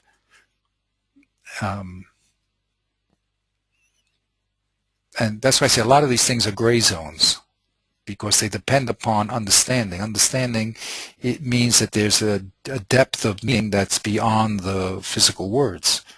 The case are not going to give you, that's tfunos. I mean, it's not going to give you that value. That value is a judgment call. Now, the best thing is if you could find other Gemaras that solve those dilemmas of value. But sometimes you can't, and you just have to say, well, this is mastaba. This is obviously the value system that they set up. Okay, but this is what I believe the value system is set up, and that's where we have to go. I mean, if we don't have clear text, then we're going to have to go to those areas. So here it's interesting because remember, in everything we're doing here, the Rambam, we're working backwards, you know what I mean? So that's going to give us even more of a problem. If you're working forward from text, that's one thing, and you're building it. But when you're working from a result and then trying to put the equation back together, that's much more complex. But okay, here's Rabbeinu Tam. Let's take, this is the Nemuki Yosef. Slowly, we're building our matrix here of, I don't know how to describe this dynamic. There's a dynamic. That's why I talk about when I talk about the constellation. You see, a constellation is flat. It's a two-dimensional object, a two-dimensional group of points that creates a picture. But here you have a dynamic interaction between the points, and it's the tension and the resolution of that tension that creates the picture. You know, that's, you know, I have certain analogies that I use, the web, okay, but even that is only two-dimensional. This is three-dimensional. Right. Okay, this is a sort of a molecule. I don't know how to describe more than that, but I wish I could get a good A good word analogy. is actually, actually I think a good word is nexus. Well, the nexus is the intersection of the yeah, that's true, but it's also points. yeah. No, that's why I call I call it the matrix. The Yeah. best word I can get is a matrix because it's three-dimensional, right? I think that's what the word means. But that's what's going on here, and that's the beauty of it. When you see the givens and the interaction between the elements that causes the proper balance, and then you have to say die. Okay, this is where this is where it stops with this relationship, and that's you can go so far with the text, and then you have to go to the level called did you get the point or didn't you get the point?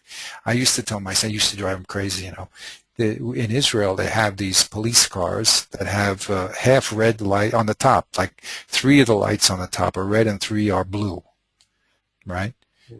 So I said to him, well, why aren't they all red or all blue? So he was a little kid, he was like 11 years old. He thought I was crazy because it is what it is. We just accept it, right? But it doesn't make sense. They should all be red or all be blue. So that's the beauty of the active involvement in the issue. Or I say, how in England they drive on the left side of the road, and in America they drive on the right side of the road. Right? I think that's correct, right? Why do they do that? Right? Well, how come? It's just convention? No, someone actually sat down and thought about it. Which way to go. It wasn't like, you see, what you see is the result of someone's thinking. So you accept it because you just want to get from A to B. What's the difference? You know what I mean? But really, if you would think about it, or how come I thought, the clock. How come the clock starts with 12, 1, whatever, and ends in 6? I mean, the top point is 12 and the bottom point is 6, and then you have 3 and 9. Where do they get that from? It's not, if you're talking about sunrise and sunset, it has nothing to do with number 12. And the 12 is not the beginning. You should start the day at sunrise, right? That should be 1. And midday should be like 6, and then sundown should be 12. And then there should be 12 hours at night. So how come the 12 is in the middle? It's not the beginning of the day. The 1 should be in the middle, or the one should be in the beginning of the day. So I mean, the answer is because when they made mechanical clocks, they had to abandon the astronomical reality of sunrise and sunset, and the only place that they could have anything to do with the astronomical reality was straight above high noon, which they made it 12. But I mean, they couldn't. Now you have sophisticated clocks that can adjust to the actual physical reality of sunrise and sunset. That's what we have, Zmanios. But when the mechanical clocks came around, it was an impossibility. So they had to make a norm, which had nothing to do with they abandoned physical reality because they couldn't handle it. But anyway, it's these type of things. I only bring these things up is because everything that you see someone thought about, and you just accept it, but you don't realize that was someone's kiddush. Before that, it didn't exist. So how did it happen? And the same thing here in learning. I mean, we can just read everything except everything, but that's not what the learning's about. The learning's about going into the guts of the issue and seeing how the result came from the tree. And it's very, very, very important, and it's very exciting. That's what the people are talking about. And then at the end, as I said, Igru de Shmaisa is svara. That means the reward of the learning is the svara. By then, you could see whether we're Marxist or whether we're Kabbalistic or we're a new combination completely, because we're really Hashemis, right? So Hashem has. Yeah. Where does that come from? That idea that the svara you just that's a Gemara. That's a Gemara. Igru de Shmaisa svara. That's what it says. Nice. Igru de Shmaisa. It's Arabic. Igru de Shmaisa svara. The reward of the learning is the svara. Is the svara. Oh, that's so nice. You know what I mean? Mm-hmm. That's the real reward, and then you understand, right? So, okay, Baruch Hashem. Anyway, so that we get the skirs of Poel, okay? That's what Tosfos says. Excuse me. The Nemuchios is quoting the Ram. He says when it comes to the employee-employer relationship, then the Torah came down and said that it's on the employer to produce the cash and not the employee to go running around trying to get his money back with the tevin. He says,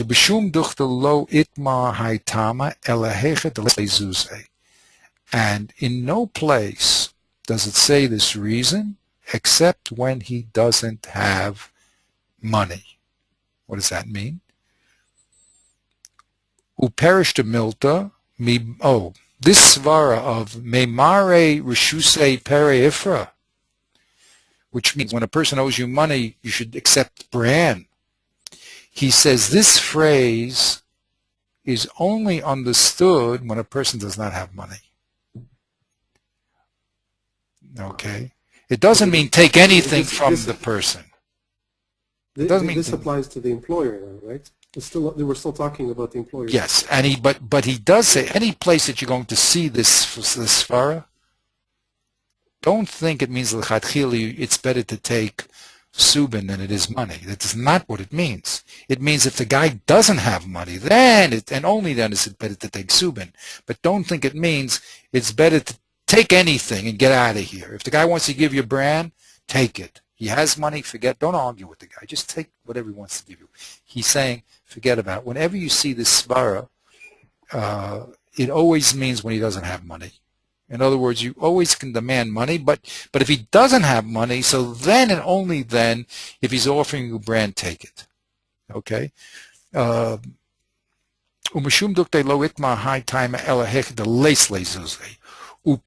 milta, what does it mean? Memama rushusach peri afra. It means al chovecho suvin tifra. From a person that owes you money, take subin. Kolomar, livchos kevin she'ein lo yoter. Take the worst thing since he doesn't have anything better. Lo tiele kanosher. Don't be like a kanosher.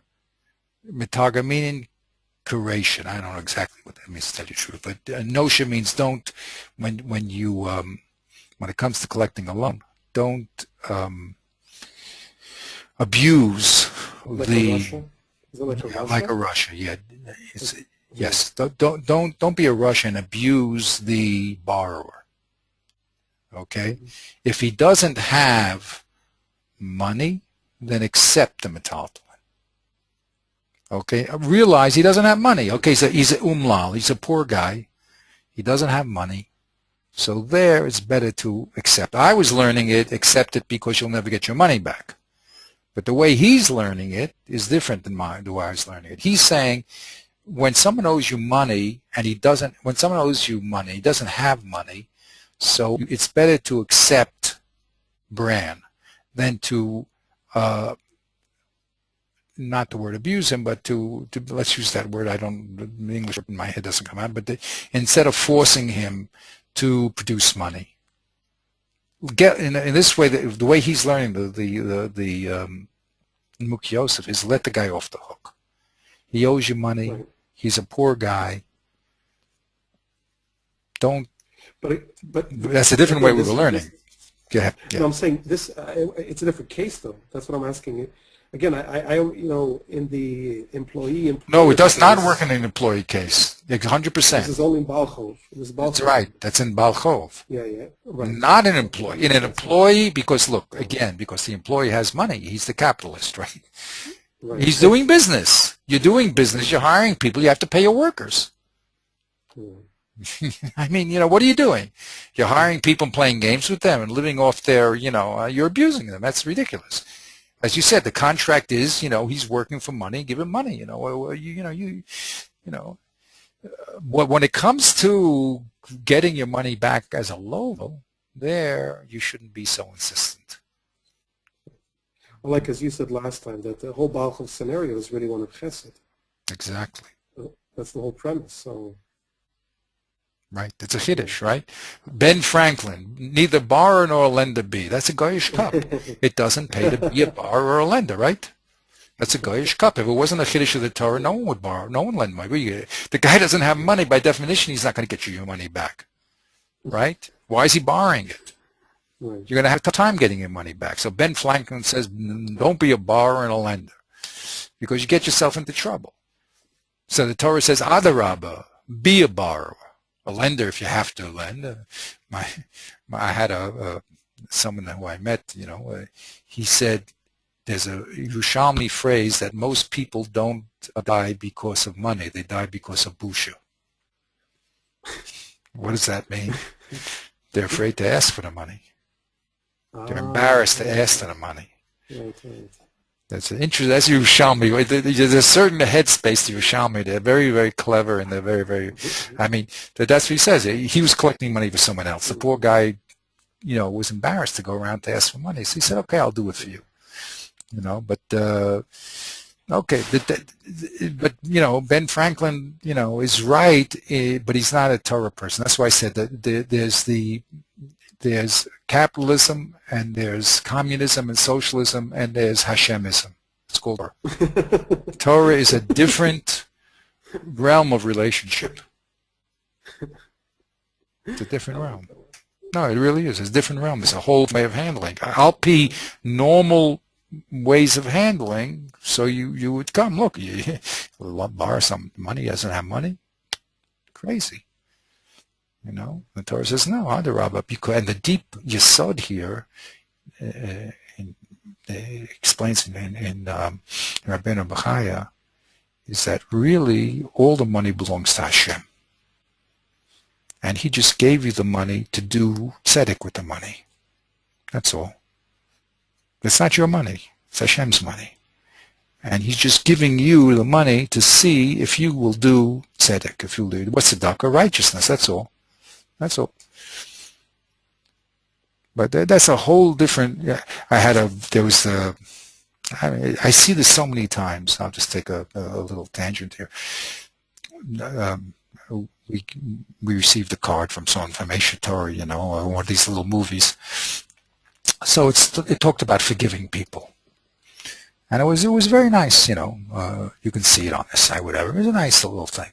So at the end, I said to my wife, you have to understand, did you hear the word Hashem once mentioned in this little movie that they made?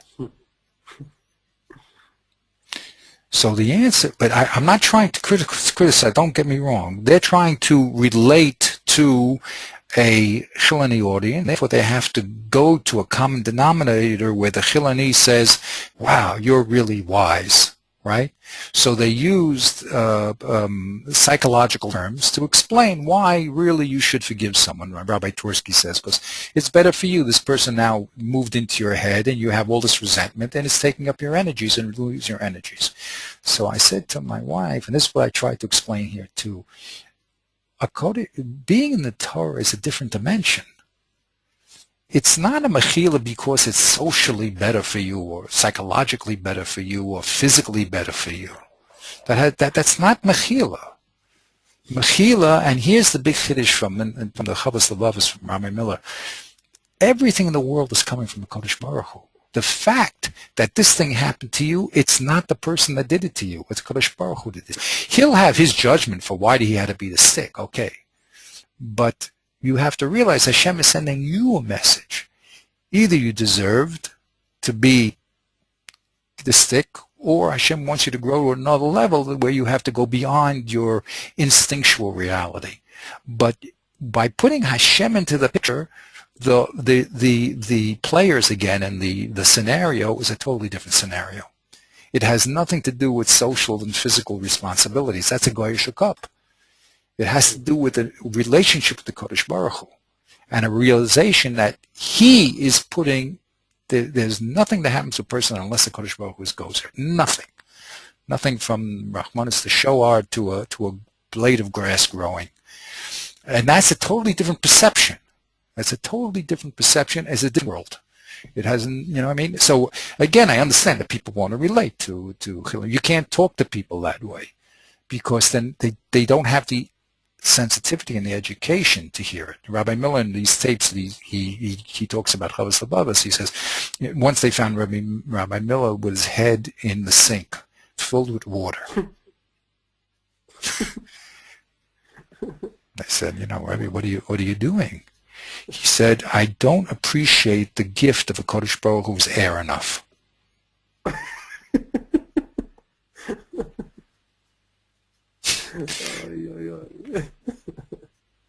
He's so funny. He's such a sense of humor. It's a very, very unique sense of humor.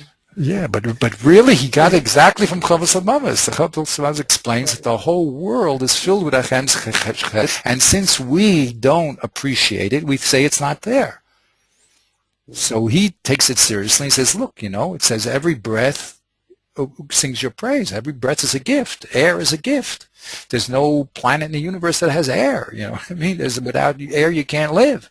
So that's a gift. Every time I take a breath in, I have to thank Hashem. You see? But that perception, he says, Rabbi Miller, you can't even go into yeshiva and tell people that. They'll look at you like you're crazy. Yeah, what do you need? Everybody has hair.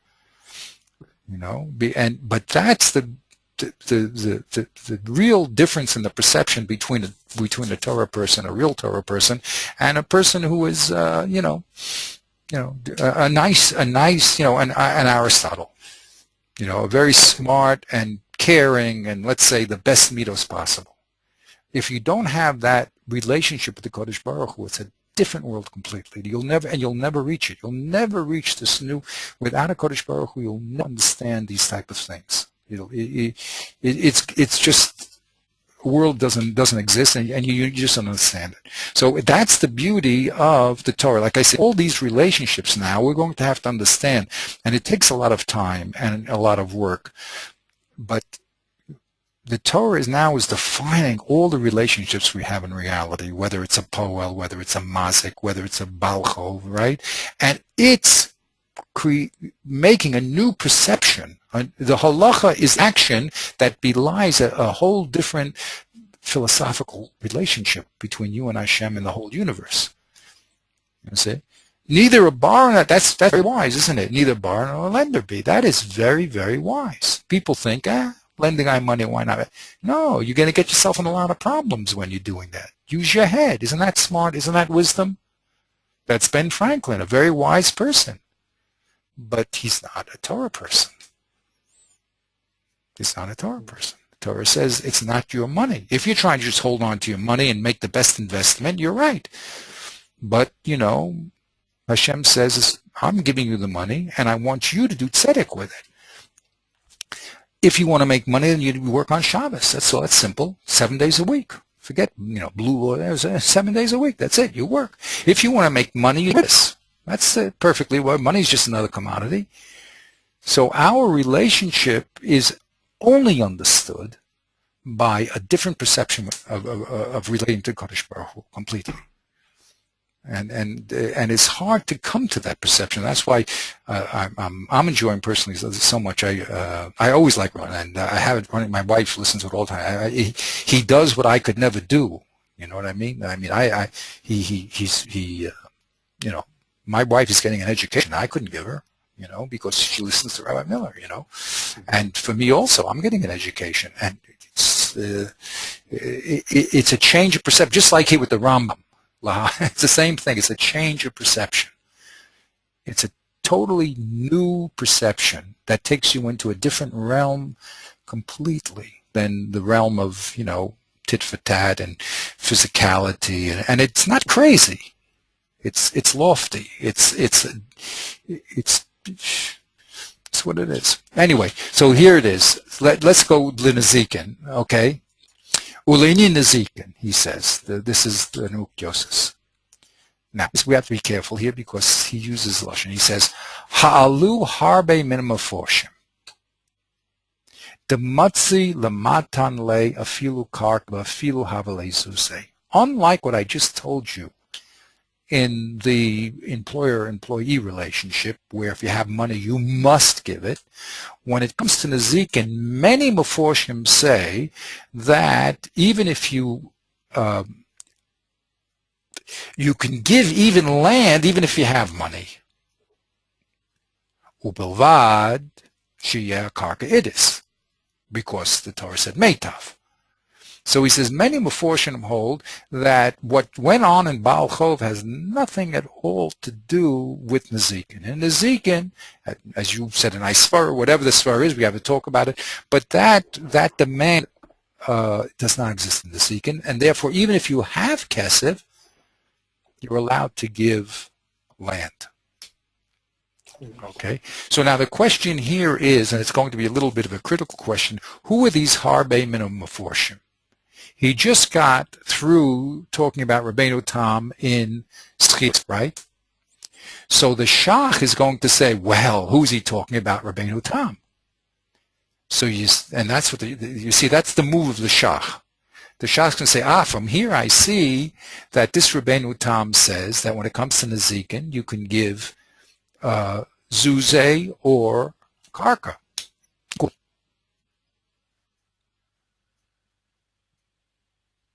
Right? If you're looking at specifically what he says about Nezikin, yeah. Right. Okay. Yeah. There's no preference of Zuzeh over Karka. Okay, which is really Rav Huna, simple, right? Rav Huna did say, according to the Rebbe, O Kesef, O Karka. Even if you have Kesef, you can give Karka, right? As long as it's Idis, but you have to give Karka, right? That's that Gemara and Tess. But look what it is. Aval midivei harambam nira, the cave into Islay metaltalin, metaltalin yehivle. From the words of the Rambam, no. Even if you have metaltalin and karka, you must give metaltalin first.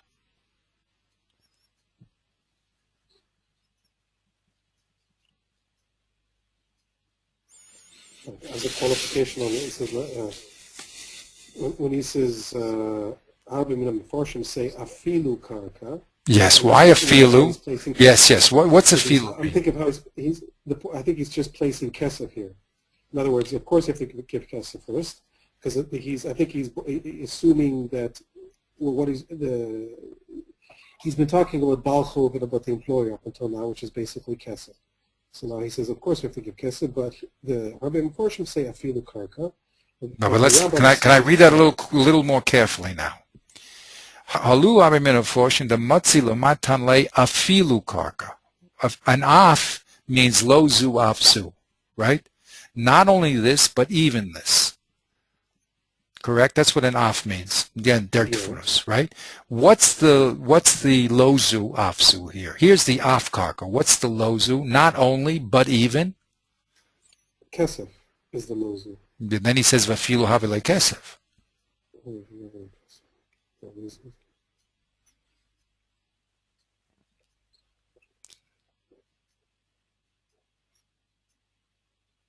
I think it's metaltalin. So it's metaltalin, huh? Yeah. The matzeh lemiten afilu karka. Not only metaltalin, but afilu karka. And that's even when you have zuzeh.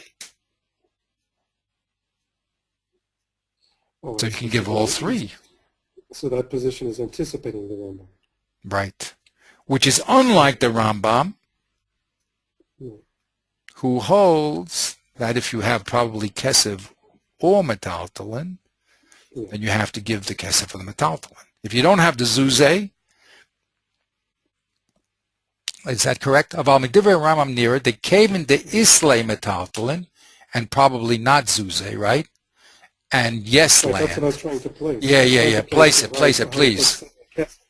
No. I was just trying to understand how his quotation, it's not really a quotation, but a citation here of the Rambam, how he's reading kesef. Like, where is he placing kesef? So it's implicit.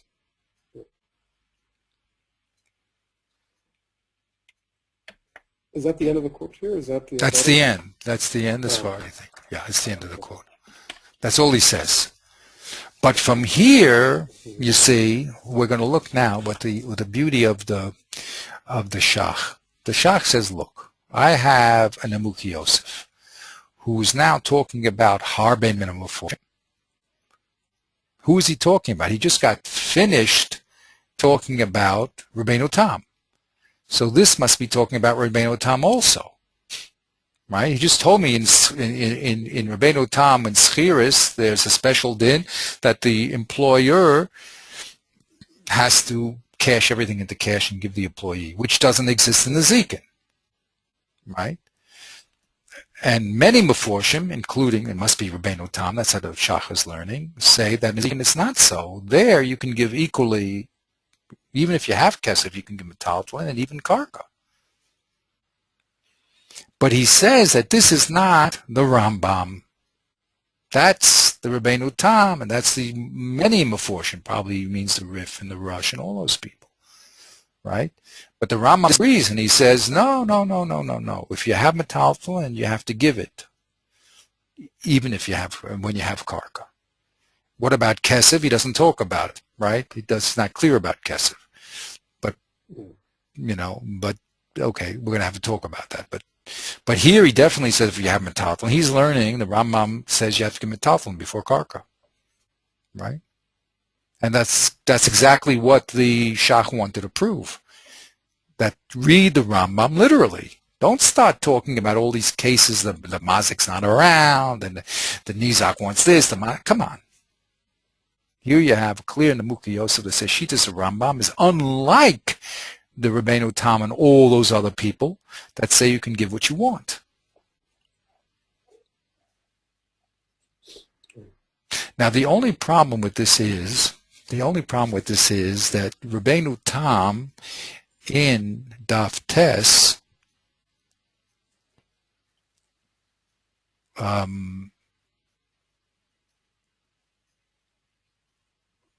it's true that he says the halacha is like Rav Huna, which means if you have Kesef or Karka, either one equally. That is true. But you can't give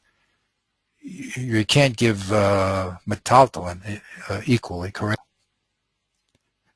You with me on that point? Because Metaltlin is only if you don't have Kesef or Karka. Right. That's how Rabbeinu Tam is learning. He's specific like like Rav Huna. Right? So here,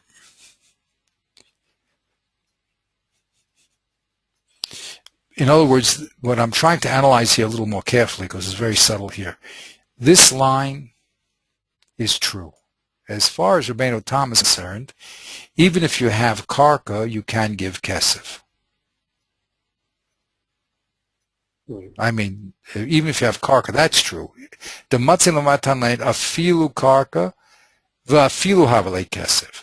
So it's true that Karka you can give if you have Kesef. But this first Afilu that we got, which we said, even if you have, in other words, the Matzin Lamatan Lein, Afilu Karka, not only Metaltlin, but even Karka, even if you have money. That's how we were learning that line, right?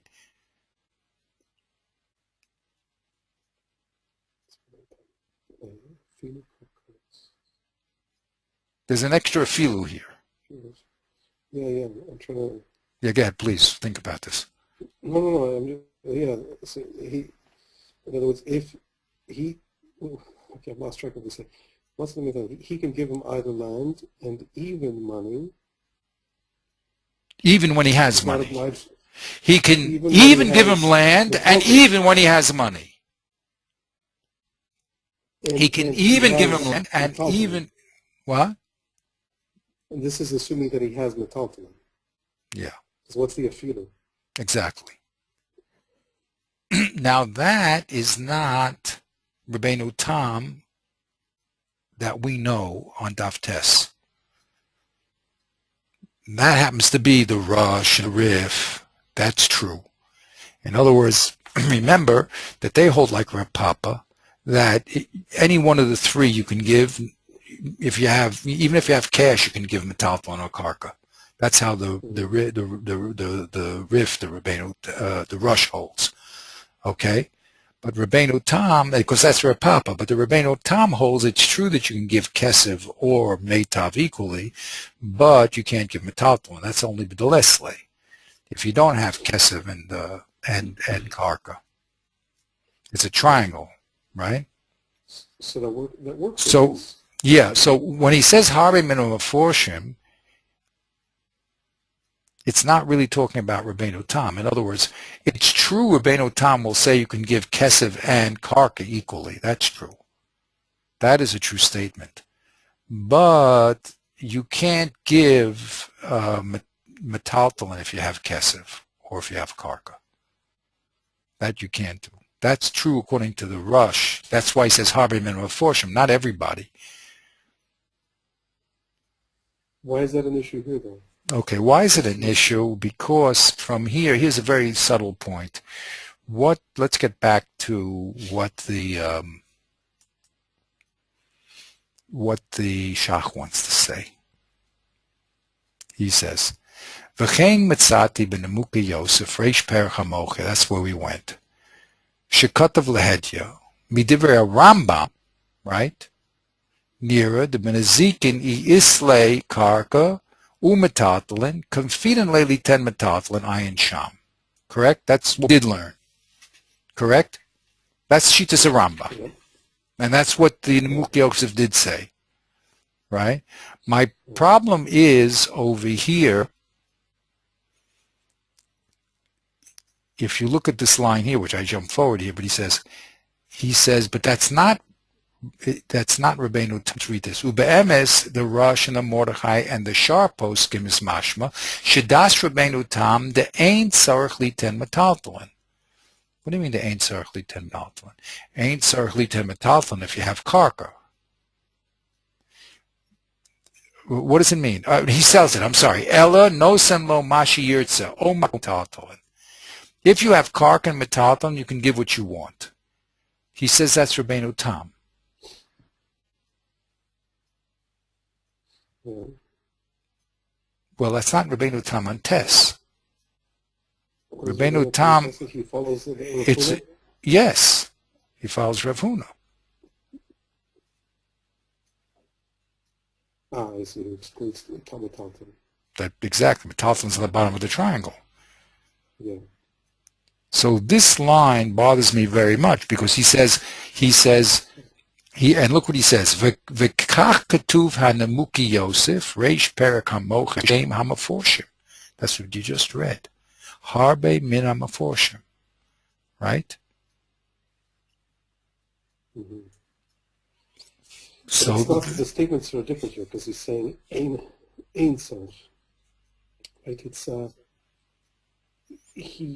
But look what he says. Ela no yirtze, omi karka, omi taltalin. It's not true. It's true, but it's trivially true. Explain that to me. Like, if what I mean is, if Rabbeinu Tam is following Rav Huna's statement, I don't remember Rabbeinu Tam. I don't remember the text, but assuming that he's following the simple reading of Rav Huna, so Rav Huna is excluding, in a strong sense, metaltalin. He's saying, no, you don't give metaltalin, give kesef and karka. Correct. But here he's not excluding it in a strong sense. He's excluding it in a weak sense. He's saying meaning he doesn't have to give metaltalin. He doesn't have to give metaltalin. So I'm saying it's not that he's excluding metaltalin. So he said, don't give metaltalin. He says, no, you don't have to give metaltalin. You can give. Actually, you're right. So the problem is that includes metaltalin. That's the problem. He's not excluding metaltalin. It's a funny way to. It's a funny. See what I'm saying? Like I'm trying to. Yes, if you would have just said the first line, if you just would have said the first line, Rabbeinu Tam says you don't have to give metaltalin. That's right, you don't have to give metaltalin. As a matter of fact, you can't give metaltalin if you kesef. Exactly. You know, but then the second line he says Ela nosen lo mashi yirtze, o mikarka o metaltalin, which is not Rav Huna. Which is not Rav Huna. But he claims that that's what the Nemuki Yosef meant when he said the Shar Meforshim that we just read. Because he finished, this is how he's reading. It's very, very, this is very problematic. Oops, I'm sorry. Let's just go back to where we were.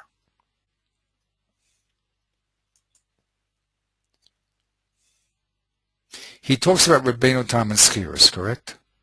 And when with a socher, the employer has to go out and cash in the stuff and bring money, right? And then he says, Ule'inyan, and he's talking about Rabbeinu Tam, correct? That's the no-say here. Because of Rabbeinu Tam, when it comes to the Schiras HaPoel, he's got to go out and the employer has to sell the stuff and bring money. Then he says, Ule'inyan Nezikin. Now, is he continuing to talk about Rabbeinu Tam here? Mm-hmm. Because now all of a sudden he says, Halu harbe mina meforshim. Who are these harbe mina meforshim? Is it Rabbeinu Tam? Or is it the Rif and the Rush? So the Shach is presuming, I believe, that he's talking about Rabbeinu Tam when he said harbe mina meforshim. And therefore, when he says the matzi mitan le afilu karka, not only metaton, afilu karka, but afilu havale zuze, will be vache karka it is. So that's if you can give what you want. And of course, that's not what the Rambam says. It's not quite the same because it doesn't. He didn't say afilu metalton. Exactly. He didn't say afilu metalton. On the contrary, yeah. On the contrary, he seems to be setting up the Rambam's opinion, right? Because he's saying the Rambam he says the kevan the isla metalton. So he has to give metalton. And what do the harbe mina meforshim say? When you have metalton, when you have metalton and karka, you don't have to metalton. You don't have to give metalton. Right? That's metalton and karka, right? Yeah. So the Rambam says if you have metalton and karka, you have to give metalton. And the other meforshim say, no, if you have metalton and karka, you don't have to give metalton, right? You don't have to, or you shouldn't. You don't have to because it's a feeling. You don't have to. But it's implying that you could then. Yes, you could. Exactly, you could. You can give whatever you want. You can give whatever you want, right? So it is Karka, Metatlin, and Zuze, all three, right? Right. So it's a faithful quote then. The problem is, that's true, that's the harbe mina meforshim, but that's not Rabbeinu Tam on Daf Tes. Mm-hmm. You understand? That's the Rush, and that's the Rif on Reb Papa. Okay? But it's not Rabbeinu Tam on Daf Tes. Because Rabbeinu Tam... Go ahead. He may not be quoting Rabbeinu Tam. It's not... Yeah, that's the whole... You see, it's interesting, he changed the Lashon from... Here he's definitely quoting Rabbeinu Tam. When it comes to schar, it says clearly the employer has to go out and cash the stuff in. But in the Zikin, all of a sudden he says harbe mina meforshim. Why is it harbe mina meforshim? V'shim katav Rabbeinu Tam. V'harbe mina meforshim. So the Shach is learning this harbe mina meforshim is also Rabbeinu Tam. But it doesn't have to be. He's saying, look, he writes it right after the Rabbeinu Tam. He's talking about Rabbeinu Tam. He's talking about harbe mina meforshim, and the only harbe mina meforshim is to contrast it with the Rambam. There's a mute meforshim like the Rambam that doesn't hold that way. So that's how he wants to read this text. But it's a little bit, it's problematic here. I mean, it's not so clear. Not so clear. You know what I'm saying? Yeah. You can say, well, he talked about Rabbeinu Tam, and now he's saying not only Rabbeinu Tam, but other people say that you can give what you want. But if you learn that way, you're going to have a problem with Daf Tes and Rabbeinu Tam, right?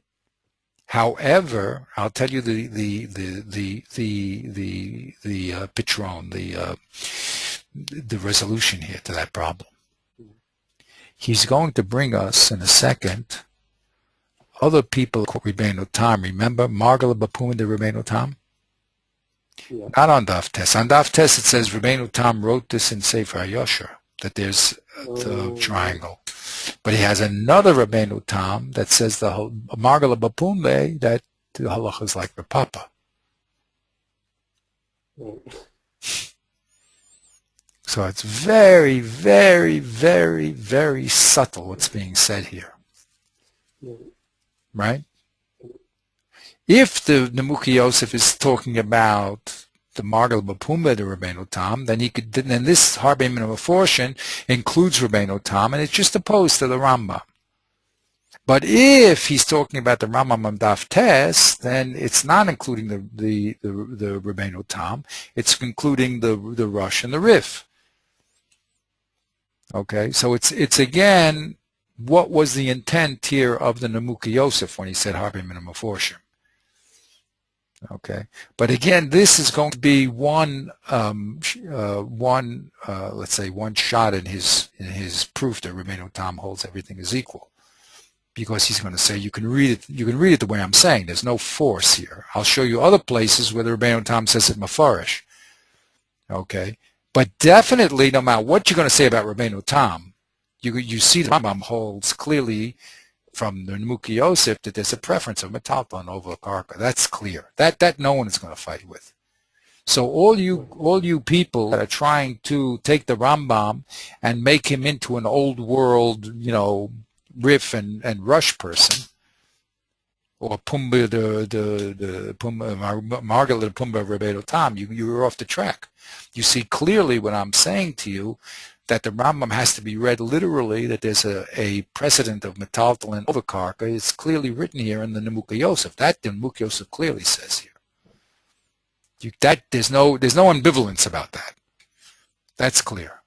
So you guys better start re-evaluating how the Rambam understood the Gemara.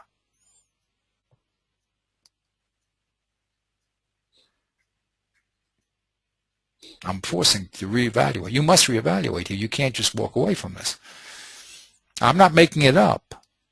Now, you may come to a different place where the Rambam said it. I'm telling you how he said it in Rav Huna, and I'll show you other people are going to do it in 1 second. But still, you cannot run away from the Rambam and start saying the mazik's not here. Come on. Here is Nemuki Yosef clearly telling you that there's a preference of metalton over, and that's against the standard view, the normative view of the Rush and the Riff, and maybe Maragel between the Rabbeinu Tam. Right. Wow.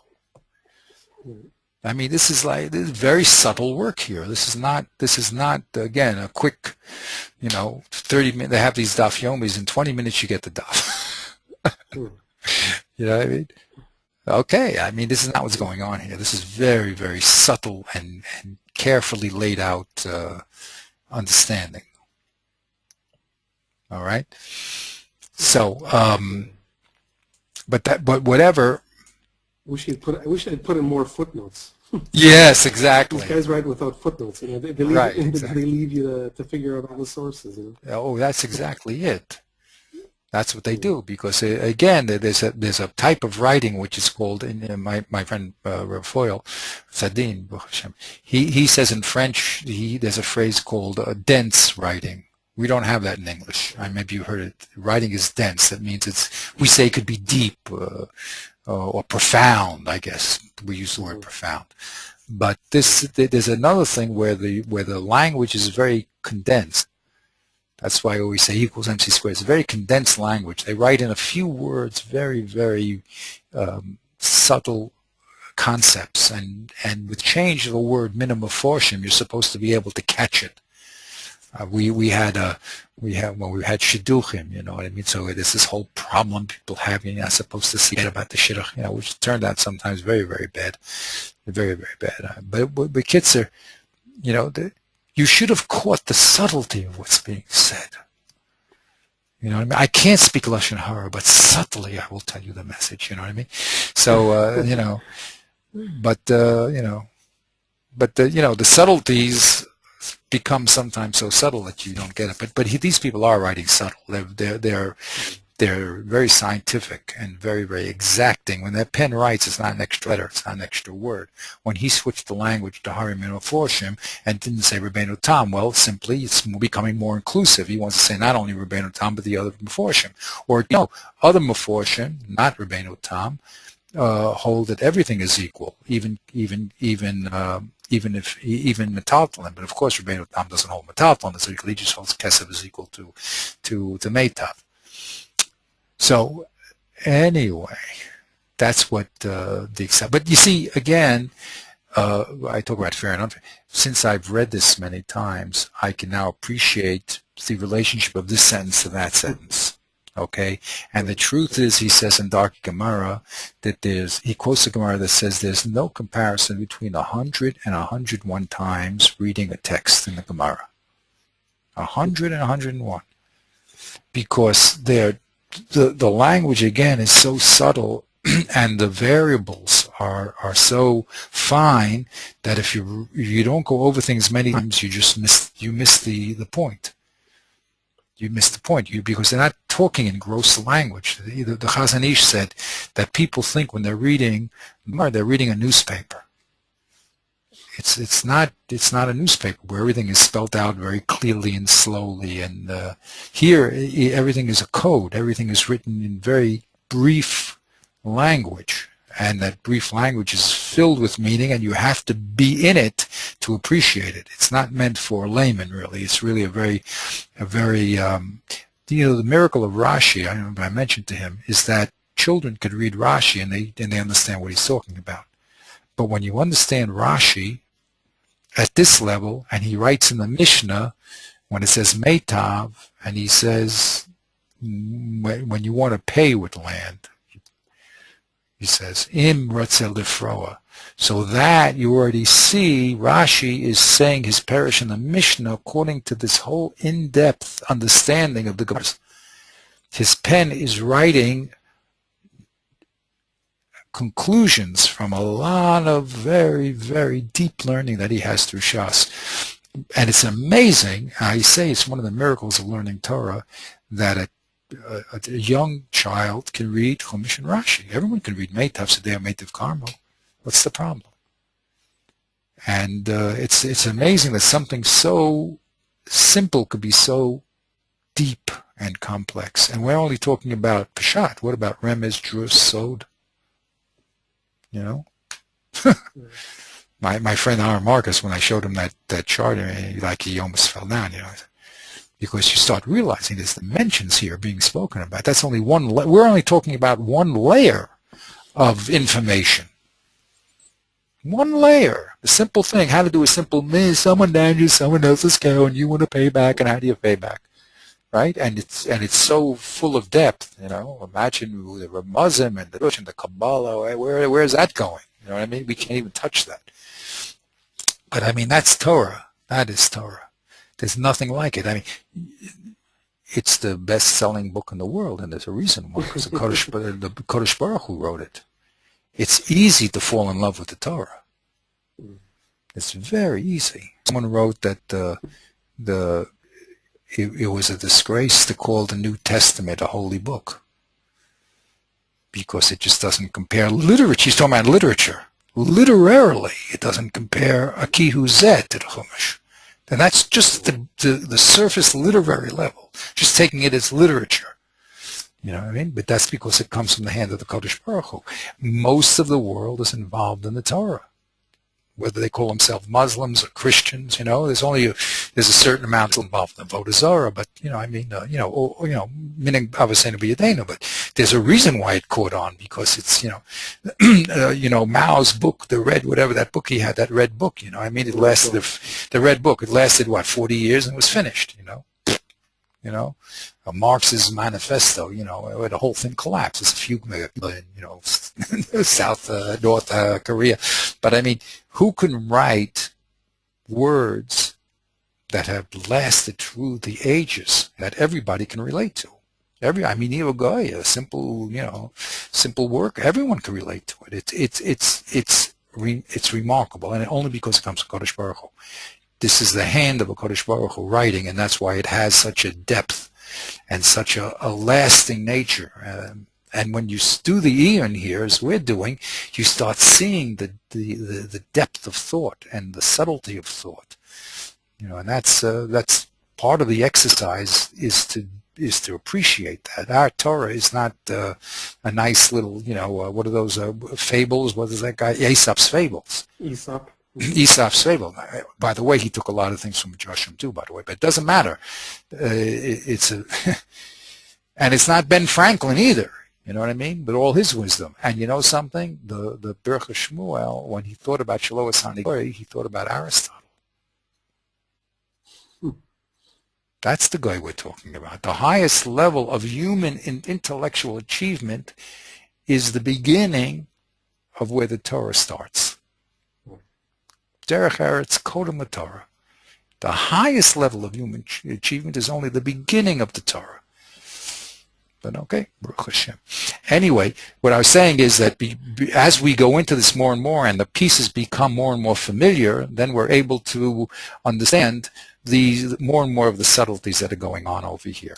Okay, so again, I always have the problem of, because I'm in it, my head's so long, so I don't want to, overrun where you are. You're only, we've spent hours on this. You're way ahead of, 99% of the people in the world, but still, there's beautiful subtleties that are only appreciated after we go over and over and over again. And I said clearly, begin to more clearly take the fuzz out of the cases and see them more crystal, and see what the variables are and how they're interacting. It's fantastic. But here, anyway, he says, I think we should stop.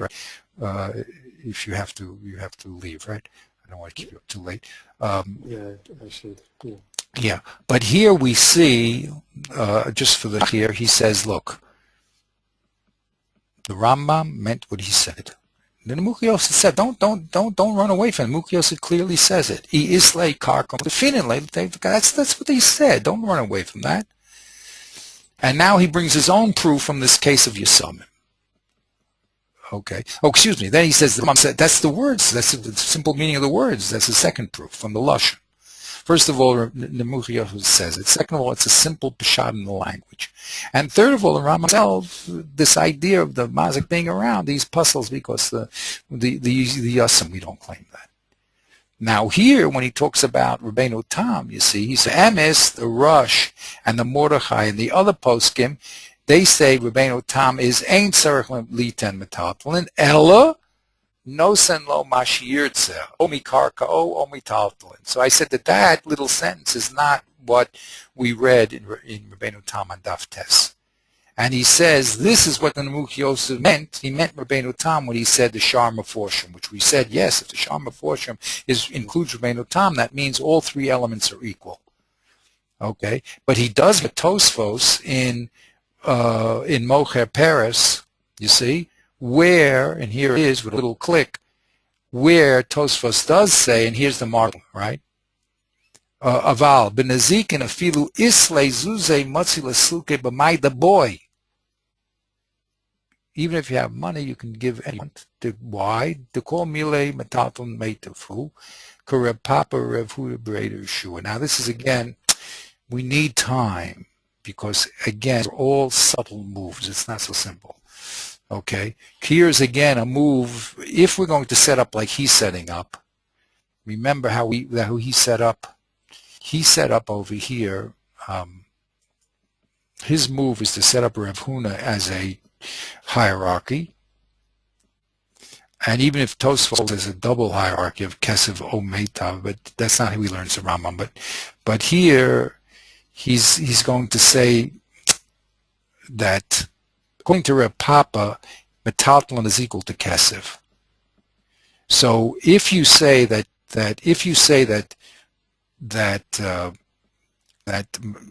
you can give metaltalin, even if you can, excuse me, let's go again, I'm sorry, I lost track here. He says, Aval b'nezikin afilu isle zuzeh. This is all quoting Rabbeinu Tam 3 dinim.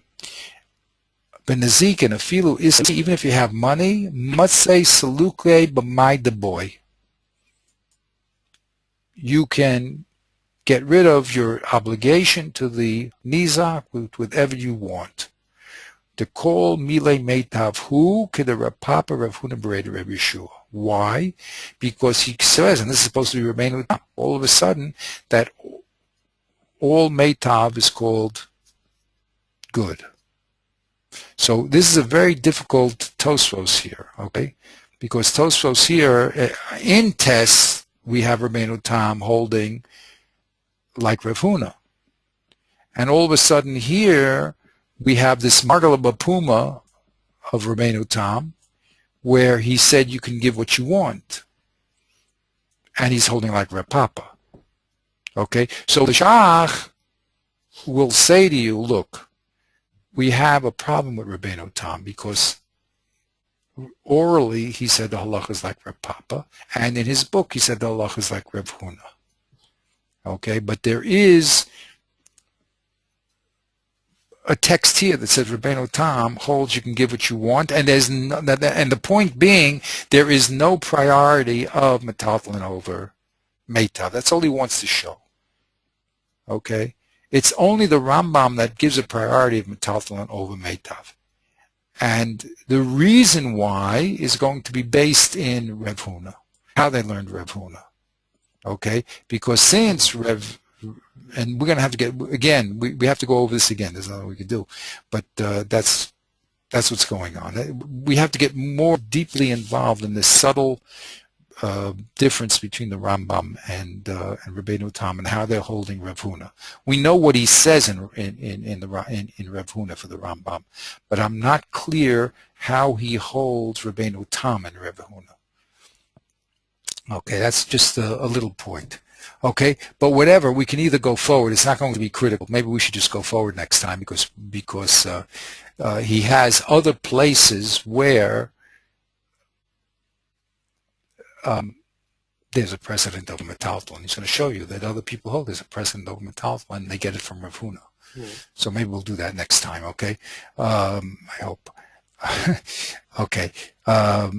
We should do that next time. Just look at those other paces. Yeah, sure. We got as far as the Nemuka Yosef here on this page. Exactly. We looked at the Rav and the Nemuka Yosef. So. Right. So we should go a little further. Just remind me, we'll go here a little further to this piece, and then once we get over here, we're ready for his attack. Okay. And okay, again, I say everybody's reading the same text. As we go down to the Vilna Gaon and to the and the Rav Issa Meltzer and the Nachlas David, they're all reading what we're reading. They're just more involved than we're involved in. Okay, but we're trying to get to the level where we're involved in the real elements. Okay, once we're involved in the real elements, we'll see that they're talking exactly on the point. They're going to bring up all these little points that we're talking about even more to shift the strength of the Shach. Okay, and they're going to remove some of his proofs. Okay, or modify what he has to say. It's not as strong. But they're doing it because they're just reading everything. That's the beautiful thing about Peshat. Everyone just, it's all about reading. You know, it's all about just what does it say. It's not about, again, he's not a magician, he's a logician. It's all about how you read the text. Okay, and that's what I like about it is because then you have a basis, you have a basis to handle. You have a basis to talk because they're talking about 2 and 2 is 4, you know, and any level which this now impacts on in Kabbalah or Jewish remnant Sod, we're not there. This is the level of what it means and what it says, and 2 and 2 has to add up, and it's all very mathematical and scientific and a world that we can handle. The bigger worlds, okay, you know, they're all there.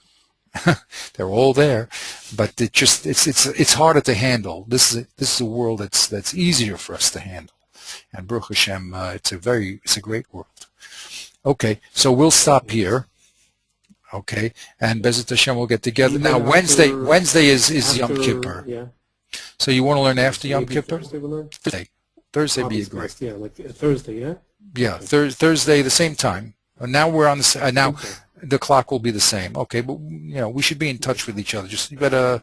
But okay, Thursday is great.